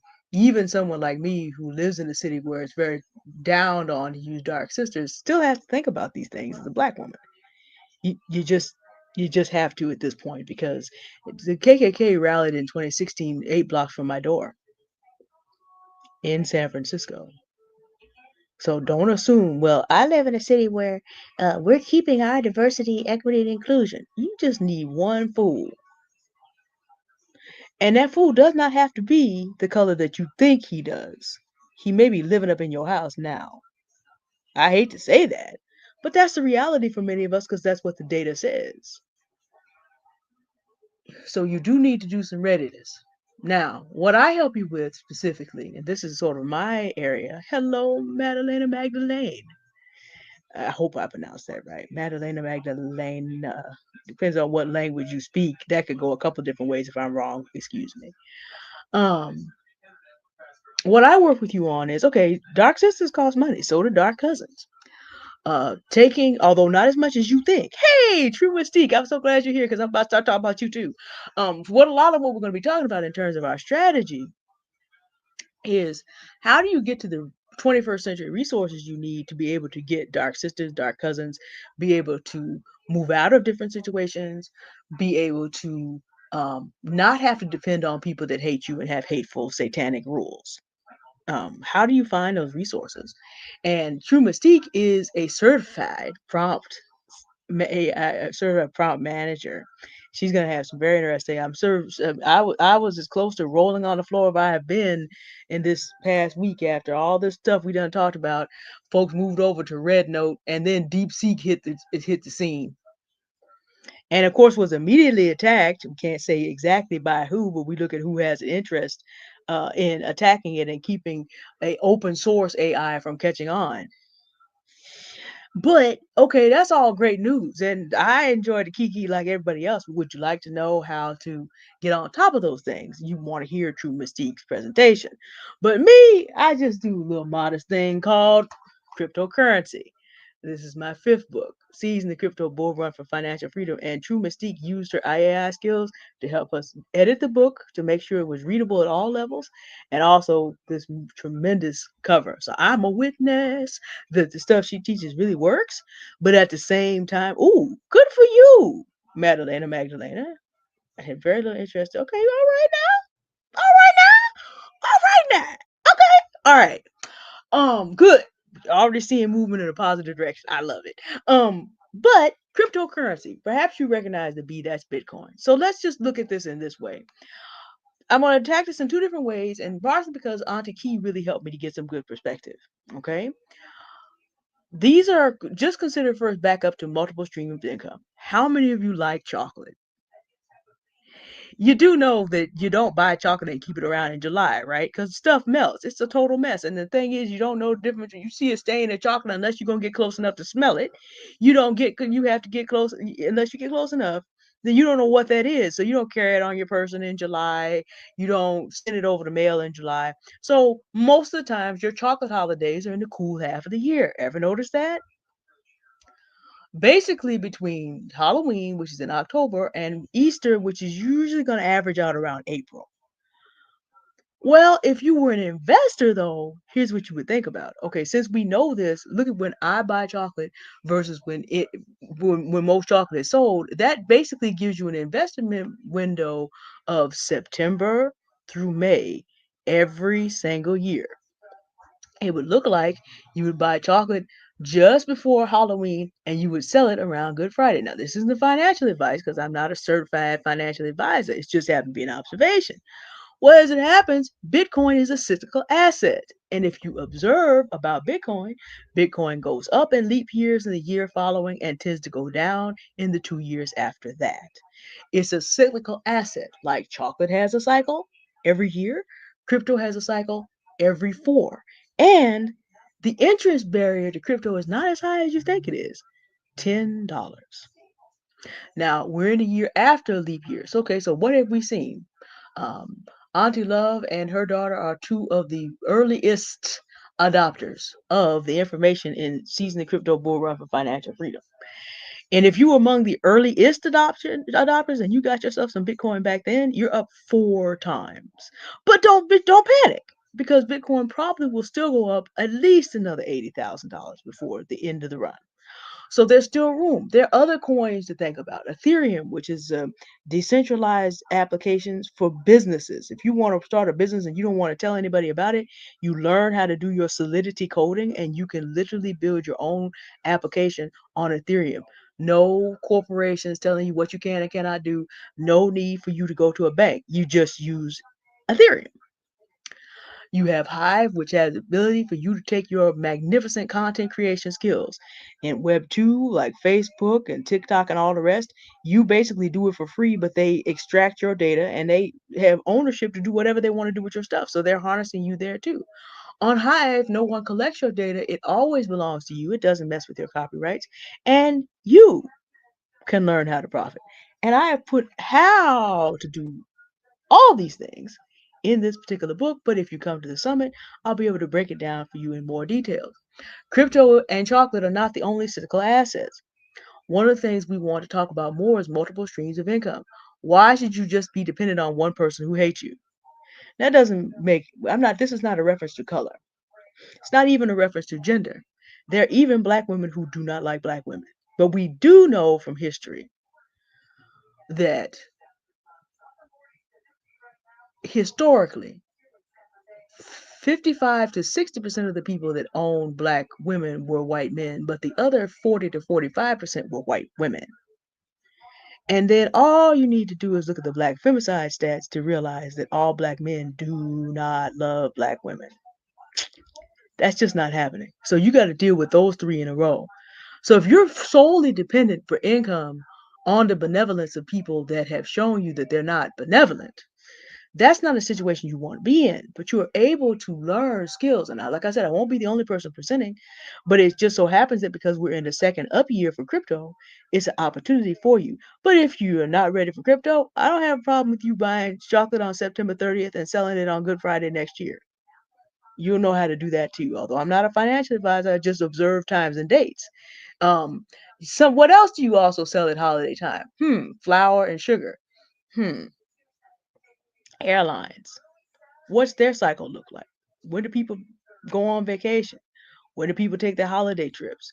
Once you begin to think in this way, you begin to see opportunity everywhere. Once you begin to see opportunity everywhere and begin to act on it, you do know that nobody can stop you from making your money, right? Suddenly, you have knowledge where you can look at situations that happen in the news and think to yourself, or just look at the calendar. We don't buy chocolate melts between May and September, but it's the end of September. I can get positioned now. I know that there is a bump. People are going to be traveling, going somewhere for Christmas. So maybe about the same time I buy my chocolate stock, if I pay attention to airlines. However, don't buy American Airlines at this particular moment. Don't do that. There's been a plane crash. So wait a couple days. Don't buy it like right now, but you can also catch it on the bounce. American Airlines isn't going anywhere. Not financial advice, just an observation. One plane crash has rarely brought down an entire airline. Although if you were in Boeing stock, you can also see that every now and again you keep doing stupid stuff. But see, now we're not looking at the news to just talk about, oh, how terrible it is. Now we're not looking at the news to talk about, oh, this is so terrible. No, now as black women, we begin to look at the news and say, okay, I don't have to invest in anything that oppresses my people. I don't have to keep making people rich that hate me. And then you learn how to then pool those opportunities with other black women. And suddenly, because Auntie Love has been talking about this since I've known her, back in the quote unquote House of Themas 2.5 years ago, black women need to have their own economy. Black people need to have their own, black women need to have their own infrastructure.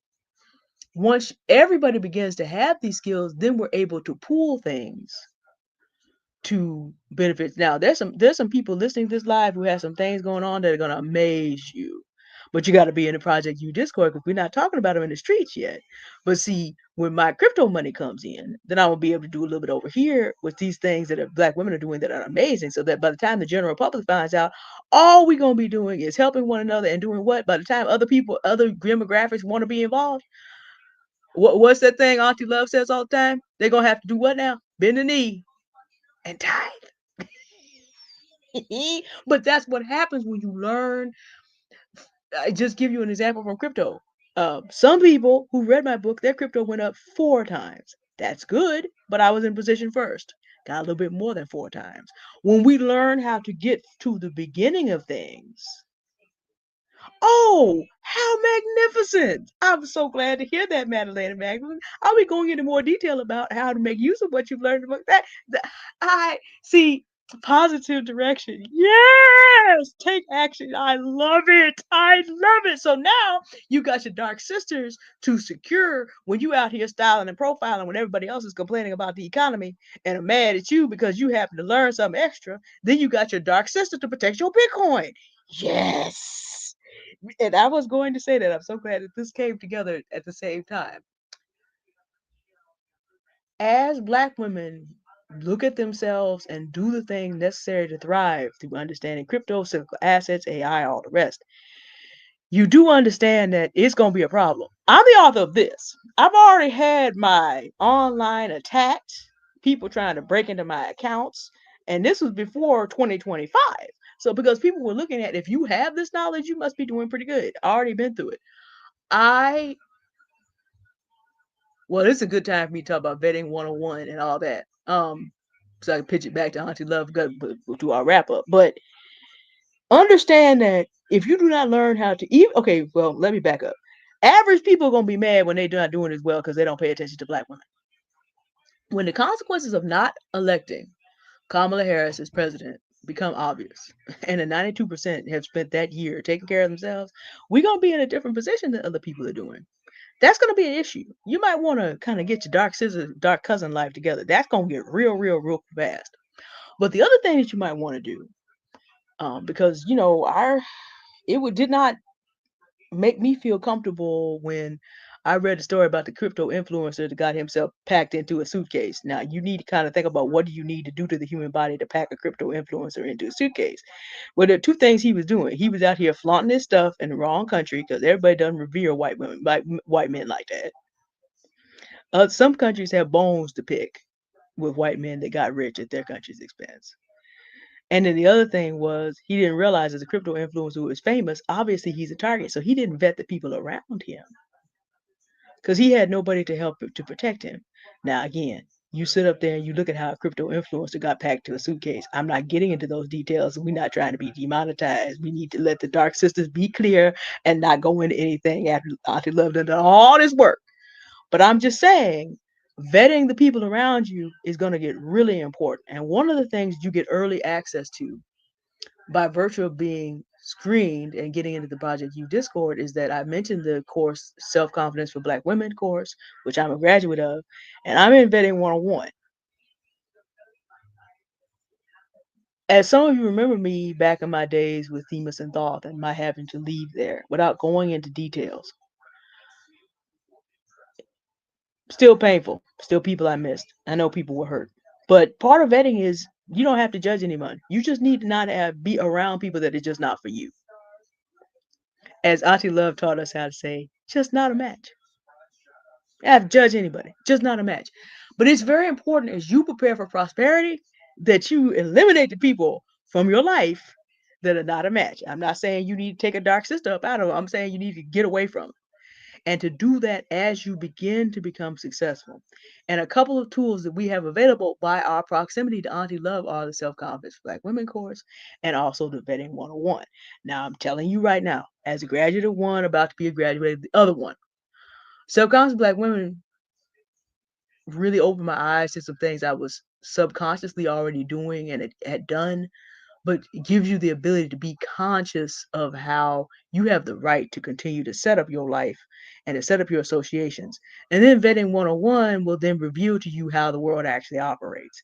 When y'all get to classical and operant conditioning, Auntie Love has to check in for after that section because it's going to blow your mind. But you got to believe that you are worth doing that in order to get the most of it. See, Auntie Love, I did hear your request in the Discord a little while ago to set this up for you. Even though I said no, I'm gonna set it up for you. Talk about it. Because there's no point in learning how to be a mistress of Bitcoin and be out here cute and not lethal, if necessary, or at least have a cousin. Okay, if you ain't got a sister, get a cousin. Ain't no point in you doing all this, but the people around you are not suitable, and the people on your inside group are still the ones who are going to bring you down. So as we turn the corner to the wrap up, which is actually where we are on the agenda, I want Auntie love to talk about, because talking about controlling our own narratives and helping Black women and Black girls do the same. As we turn the corner to the wrap up, I wanted Auntie love to talk a little bit about, okay, we control our narrative, we control what we say about ourselves, we control even who gets the privilege of listening to us. And she's got some course material to that you get early access to in the Project U Discord that I wanted to talk about the 2 courses that she's created.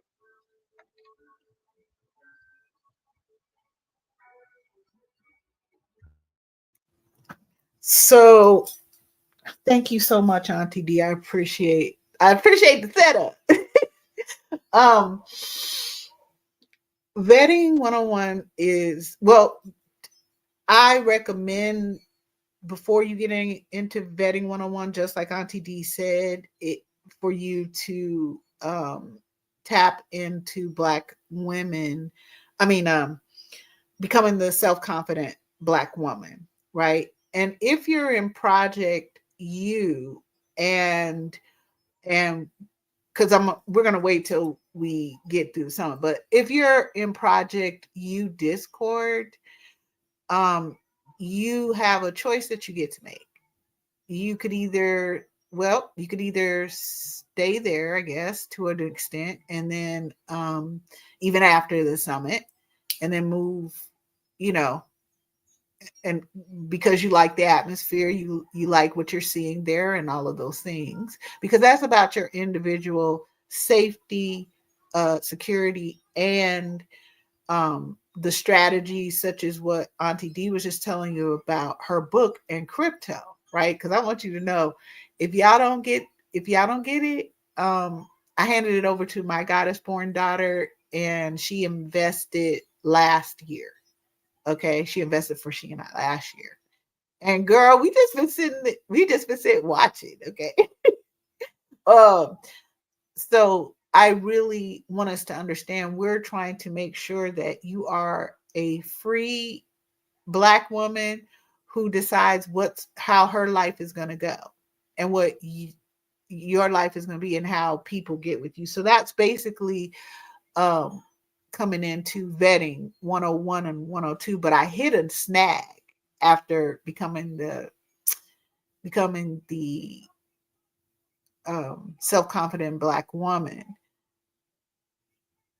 I hit a snag because I was like, how do I help Black women to vet when in general we've told them over and over as this society, they don't know how to vet.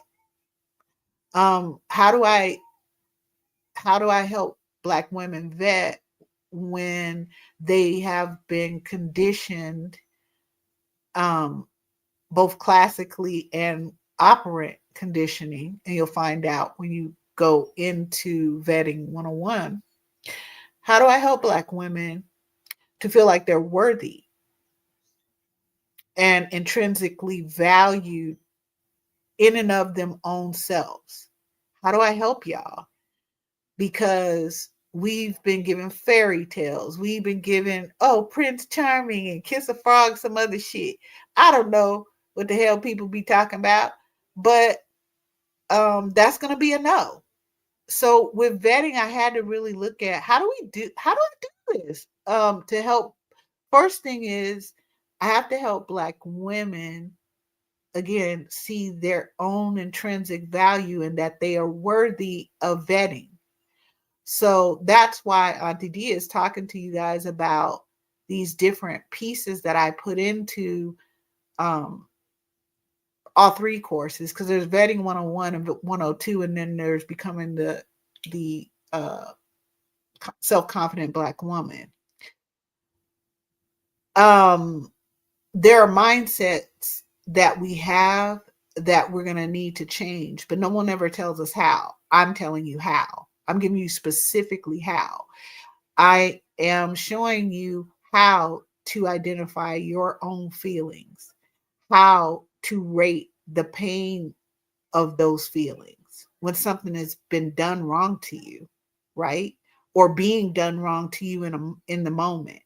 Whether you're at work, school, whatever you're doing, you're at your own home, that you be able to understand that you are valuable, that you are worthy, that you don't have any box. You are unlimited as a Black woman. We were the first women, and I got to tell you, one of the reasons why people have such a problem with us is because we're actually showing the world that women don't need men. We were the only ones to be truly independent, truly free, and that goes back into ancient mysteries. So I have to start to ask Black women, what is your plan? And because we've never been taught, we know how to plan and we know how to solve a problem, girl. I know we the best at it. Again, it's like we're waiting for other people to get that we're human or however we see ourselves, right? They're not going to get it. I got news for you, Black women. They haven't gotten it because part of it is they don't want to. They don't want to do so. So it feels like to me a lot of times that we got a bunch of errant children, meaning they're not God is born, they're not any of us. And they go around breaking all the shit we told them, don't do that. You're gonna hurt yourself if you break that thing, and you go to pick it up, it's gonna cut you. So don't do that.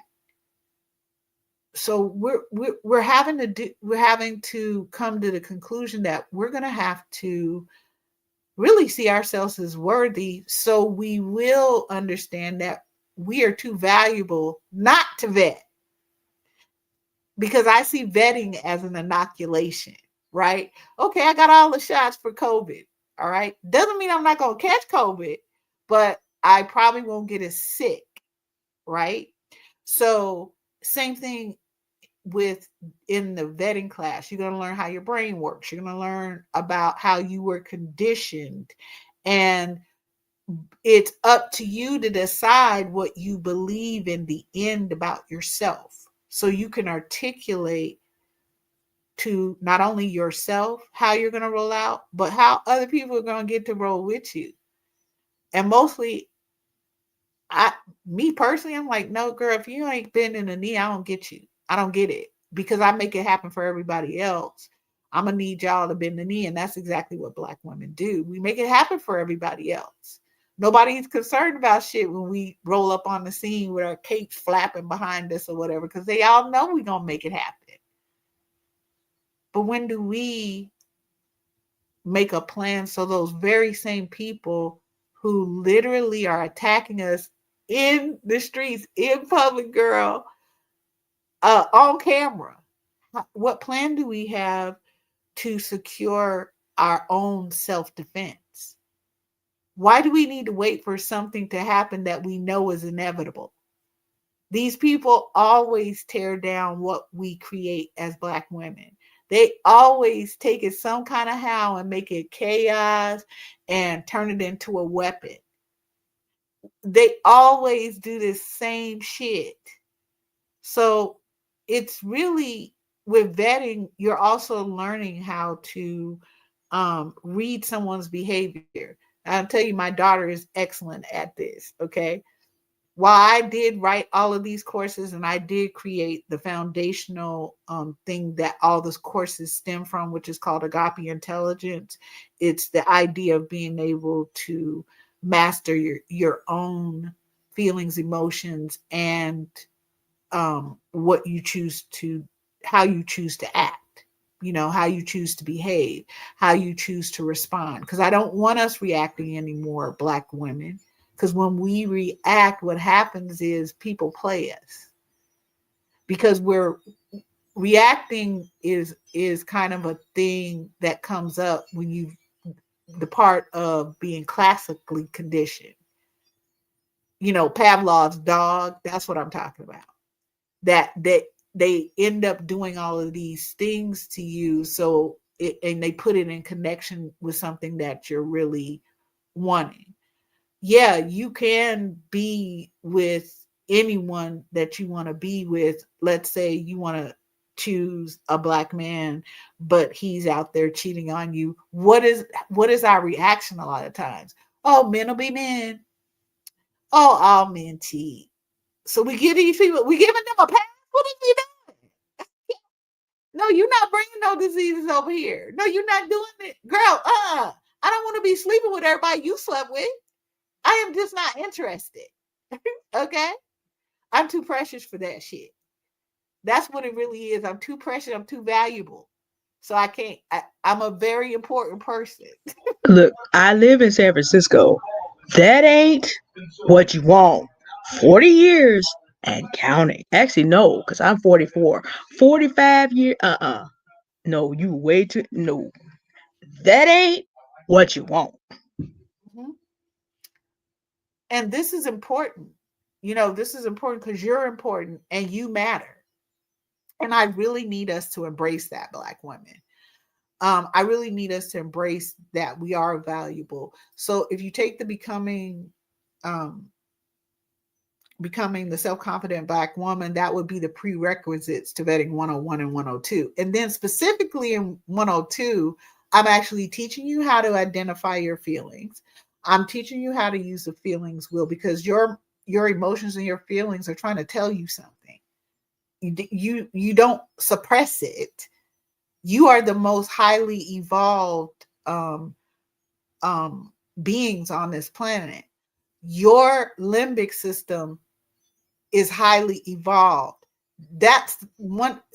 That's the most powerful part of your brain, and that has to do with your emotions and feelings. That part of your brain can shut down everything else, increase your heart rate, increase your blood pressure, make you constantly send out different hormones like the stress hormones and stuff like that. That's how powerful your emotional and feeling center is. But we don't know that. And we don't understand that people who are narcissists, sociopaths, and psychopaths have either a non-functioning limbic system or it's very limited. Okay. So if you wait in for, like, let's say white people in jail, white supremacists, to get that you're human, they're never going to get it because they don't have that higher function. You're born an empath. Most of us, we're born empaths. They have to learn how to be empathetic. That's a behavior that is learned. Being born an empath means you can already feel the feelings of other people. And that's sometimes what's exhausting us, because emotions are very heavy. They're a very heavy thing to carry, and we will carry everybody's emotions because we feel it as if they're our own. But they don't operate that way because they're not built that way. They're not highly evolved like you. And the reason I know this is because I've been reading about us from ancient, and why these other people are so interested in us as Black women. They covet us, yes. Hate us, yes. But they also require us, like, to be their mammies or whatever. And that's going to be no. Because we do have to take the time to vet. We can't have just anybody in our lives, girl. We too important. We too valuable for that. Okay, I don't care if you family. I don't care if you friend. I don't care if you an enemy. I vet my enemies. Okay, everybody get vetted. Now I didn't vet these new puppies I got very well, so they're not turning out to be good hellhounds. I will admit that. However, because they're way too sweet, it's ridiculous. I tried to corrupt them. However, none of y'all are getting ready to sit here and tell me anything. Because first of all, y'all are dumb and stupid. Okay. I'm not following any of y'all chaotic rules. I'm not getting with any of y'all crap. I'm not doing any of it. Okay. And I'm like this. Oh, you gonna make me? Because you should come try it. Come try to make me. Come try to jack me. Come. Oh, and whatever you do, don't fuck with my daughter. Don't do it. Girl, don't do that. Don't do it. Don't do it. Because nothing I do to you after that is gonna be alleged. I'm just telling y'all. It's not going to work out for whoever tries it. It never has. Because there's nothing I won't do. There's nothing I won't burn down for her. And I think that we need to start looking at our baby girls like that. That they are too precious for them to be in numbers of 60% and higher being raped by men in our families and people we know and shit. And then we go and believe that nigga? Oh, you tripping. Yeah, we all tripping right now. I don't know what's happening, but it won't be mine. Because you can be in my family and I will fuck you up. Because you ought to know better. You ought to know how I'm rolling. Because I don't play those games, whether you my family, my friend, or my enemy. I don't play. I'm not negotiating with you about how I'm going to be treated. I'm not negotiating with you about how you're going to treat Black women and Black girls from here on out. I'm not negotiating. I don't do negotiations. If the matriarchy think leadership comes through and sends me a missive underneath the 13th ring of hell, girl, y'all got a real problem because I'm just a nuclear option. Okay? So if I get summoned, it's a problem. It's a real problem. I don't negotiate. I don't be doing blame, shame, and guilt, girl. Nah, those I know I purge myself of those feelings. Because that's other people trying to get me to do what they want me to do for them at my detriment. And that's going to be no thank you. I don't want to. So I'm not. And this is what I'm talking about with mindset change. Now in Vetting 102, you're also going to get specifics about how to vet. Girl, I'm talking about from social media. You're going to vet social media in the first few minutes because vetting and dating are two different things. You're actually vetting to date someone. No, you don't just get all access to my valuable ass willy-nilly and shit. Okay, that's not happening. Okay, you got to be cross-examined. We gonna need blood samples, some urine samples. We definitely getting hair follicles and swabbing you. We doing the whole works because I take y'all into county records. Any county you live in, you can vet these. All you got to do is be able to just slow yourself down a little bit. I'm giving you the actual steps for you to be able to practice it. But it's going to be up to you to think as highly of yourself as you need to in order for you to be able to do just what I'm talking about. No one should be commanding you to do anything, Black women. Now, I don't know who these people are. Okay? I really don't. We are of the goddess, the great Black mother. Our DNA RNA our DNA RNA melanin combination as Black women is interspatial. Girl, they can't even track where we actually came from. They can't. So why are we following the rules of people who hate us? Why are we doing that? And I think that's a question we individually have to ask ourselves. What's my plan to secure my person? How am I going to secure my bag? We should be able to put a price on our skills, abilities, and education or whatever, experience, expertise. We should be able to put a price on our own stuff. Why are all these people telling us how much they ain't going to pay us? Girl, who are these people? Do you really listen to ants? Do you care about what they think about you? Why? Why are you listening to ants? Why are we working from the rules of a frog or a lizard? These people have lizard and frog brains. Why ever would we be listening to them do anything? All they do is destroy and take pleasure in it. Take literal pleasure in people suffering. Love it. What you see in this country going on is the way it's always been, especially for us as Black women. So I did those classes for you so you can really start to work on your mindset, yes, and all those things. But it's another level of securing your person. Girl, I don't know which one of us is just gonna hand our purse over to a stranger, but we'll hand the pearly gates of heaven over to a stranger. We'll let somebody get in that close to us that they can uh pick up our banking records or whatever. Girl, no, absolutely not. Mess with the royal treasure. Absolutely not. No, that's not happening. And I think one of the biggest things is we've been taught to be afraid of being alone. Like that's the worst thing that can happen is us being alone or not being legitimized from a man. Girl, no man can legitimize you. I'm a whole married chick now. My husband don't legitimize me, never did. And he's not gonna be taking credit for the shit I came up with and the shit I put together to make us all live well. He ain't gonna be taking credit for that shit.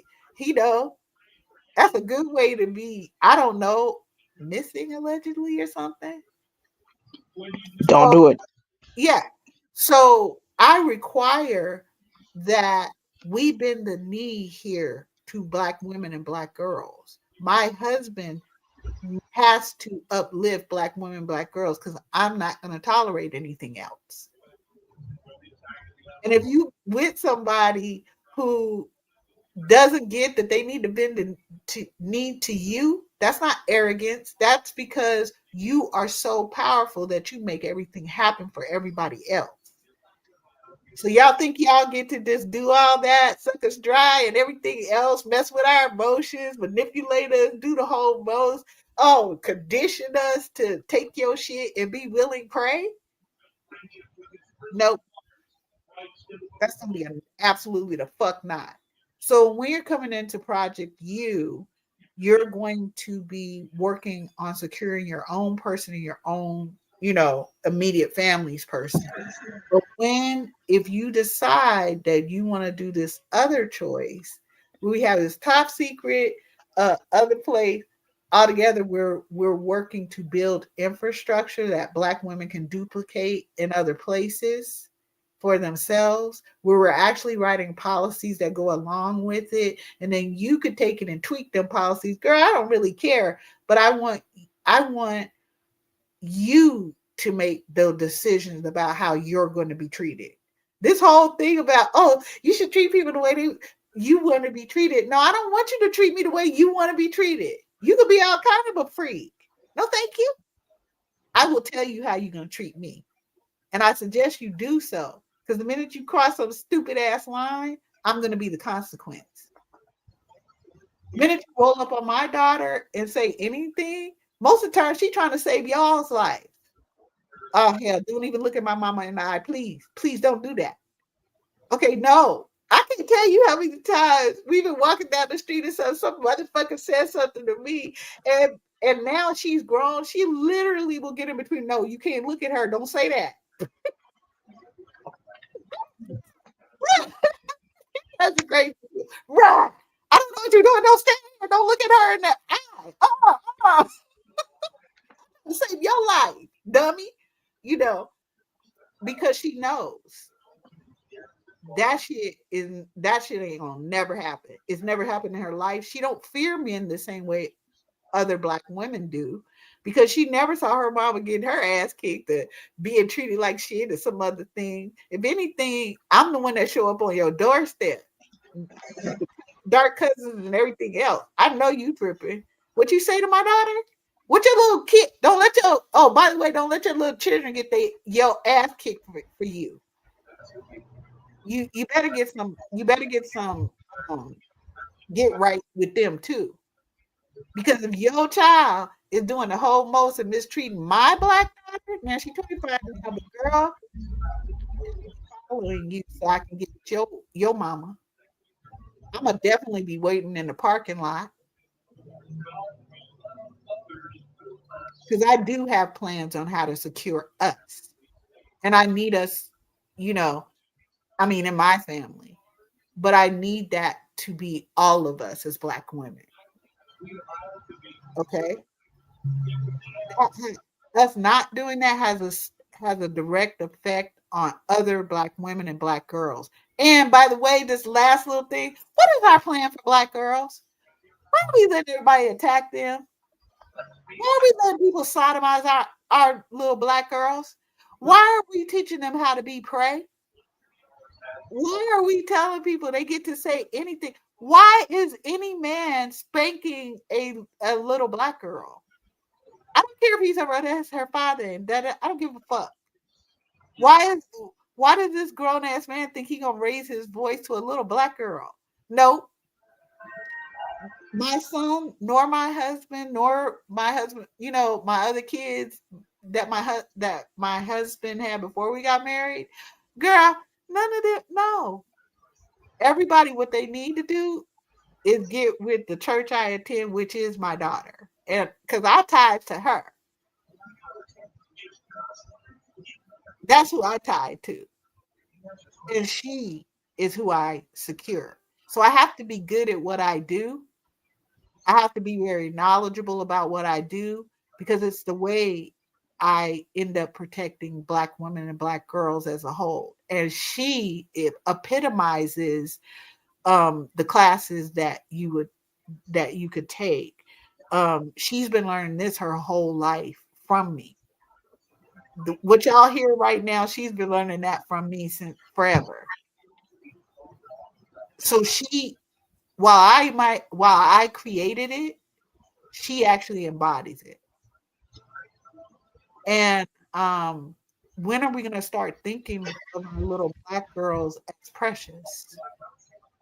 Why are we waiting for them to be bullied at school? No, why aren't we giving the school some standards and shit? Well, actually, I'm glad they're blowing up the education system because really, we need to get Black women on TikTok are actually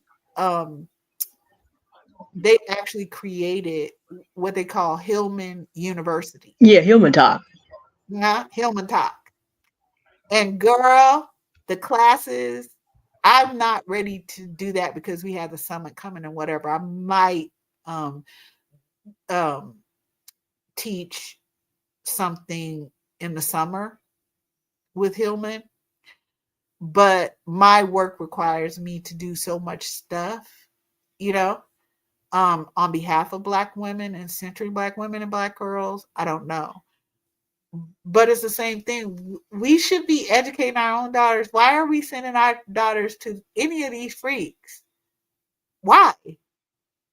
Because they're telling us we don't even get to acknowledge our own history because our history as Black women, Black girls in the United States reveals their heinous history, their violent history. Let me read this one little thing and I'm going to hand it back over to you, Auntie D. Crap. So this is called the dark side of the street. Okay, y'all know I'm always recommending books. I told y'all should never believe me. I really do. I really will give you the book I got it from if I can remember it, or the data space I got it from, or whatever. I share that with y'all. But that's another thing. People really don't want to read this. But yeah, they started this a university and online, and that's what we need to do to build the education infrastructure that we need. So our daughters, even our little boys, don't need to ever go and be taught by a mass murdering people eater. Okay, we need to do that for ourselves. I told you that back when with DeSantis. Oh, he's taking this out and he's taking that out. What do you expect from a KKK Grand Pumbaa? Of course, he's going to take out all the Black history and wipe out all this other shit. He don't care about your kids. In fact, he can't stand them. In fact, he's planning to enslave them too. Again, just like the rest of these people. How do we even consider bending the knee to such creatures?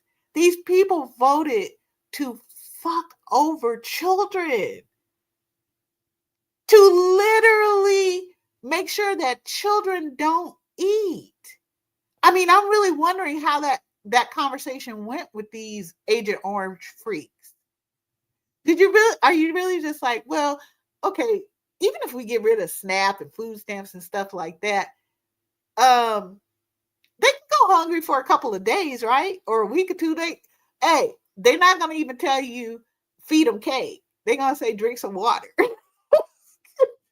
You ain't getting no food. You ain't getting no food. How did you really come up with to do that to children? Like, I can wrap my mind around a lot of things, but I just can't wrap my mind around doing it to children. Stop in school for what? What are you talking about? So now a 7-year-old is a whole member of whatever gang? Are you kidding me? Because they're so not. And their parents probably aren't either. So the dark side of the street. I know some of you may have heard of Renece Taylor, but you can go and look her up for yourself. She was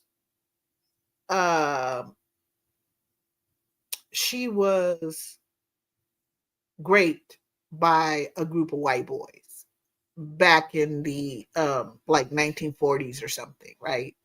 No, actually, it wasn't in 1930s. Okay, so there's actually a documentary about her, but I want you guys to go read about her because her father actually went around and found her. She was walking because they let her go after they ran a train on her.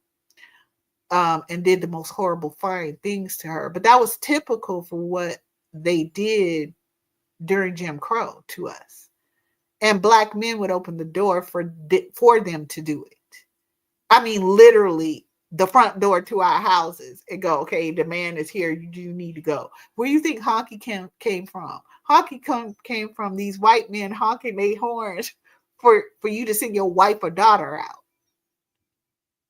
And then you want to kick their ass when they get back home.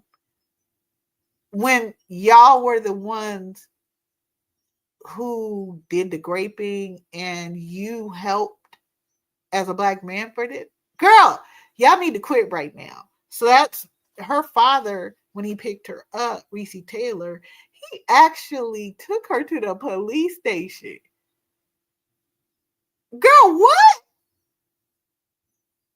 In the Jim Crow South, what police station is you taking her to? Why would you do that? But you get what I'm saying. So she ended up quite like Emmett Till's mom.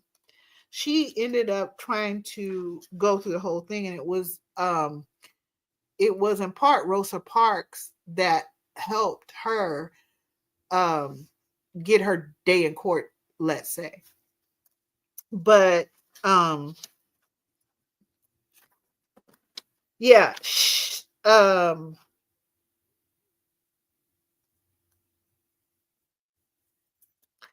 it was clear that the proceeding was a farce, meaning her court date, because we're talking about she was going up against white folks, and you didn't get to in Jim Crow. Okay. So what Black women did resisting, standing up, they didn't just do it quietly or peacefully or some other shit. Girl, Black women would kick your ass. But nowadays we just think, oh, we can't. What will the ants and frogs think of us if we don't do exactly what they tell us? So it says this court was designed to protect white people from outside criticism.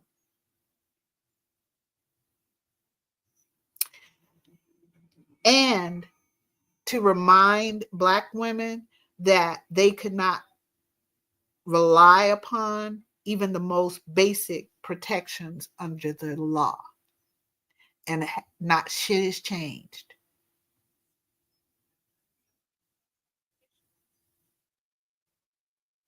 It hasn't changed. Look what Megan went through. Megan Thee Stallion, when that little leprechaun shot her. Look at what she went through. Look at how people really tormented her. And some of us as Black women sat by going, that's what she gets. She shouldn't be dancing like that. Okay, so the girl is dancing. That's a crime because she's good with her own body and she's great in her own skin. That's a crime to you. That's a crime. But bombing children isn't. But sending them to work in mines isn't. But changing the law so you get to put children as young as, I don't know, 7, 8, 9, 10 back into the fields. Are you serious? Well, you ain't gonna be doing it on my watch. But I guess. So that's what I got, Auntie D. Off mute. Okay, first come off mute, then speak. Still, we done got almost 2.5 hours show, and I'm still. But anyway, that was probably the deepest wrap up, but it covered all the ground. Because at the beginning, we asked Auntie Key, who is out there doing the darn thing, making sure her daughter is good right now. Um, how do you turn the corner? And Auntie Love has added to us why you need to turn the corner and what people really want to see happen to Black women in this country again.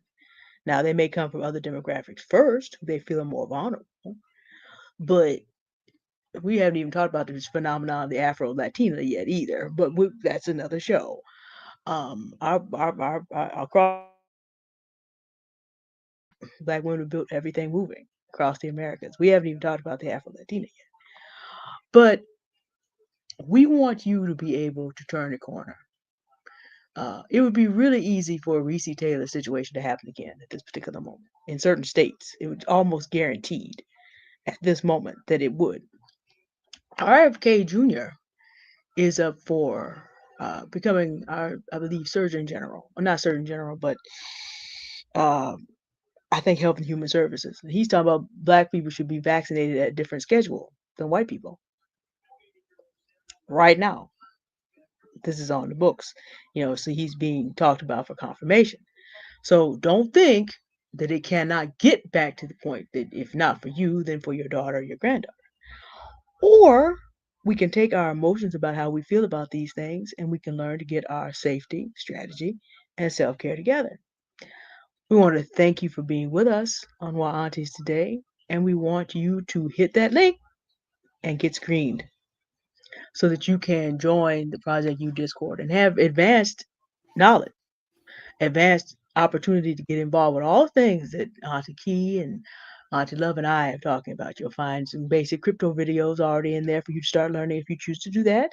And then, of course, you also will be in a position where when the summit tickets come out, there's what you may see and others may see may be different.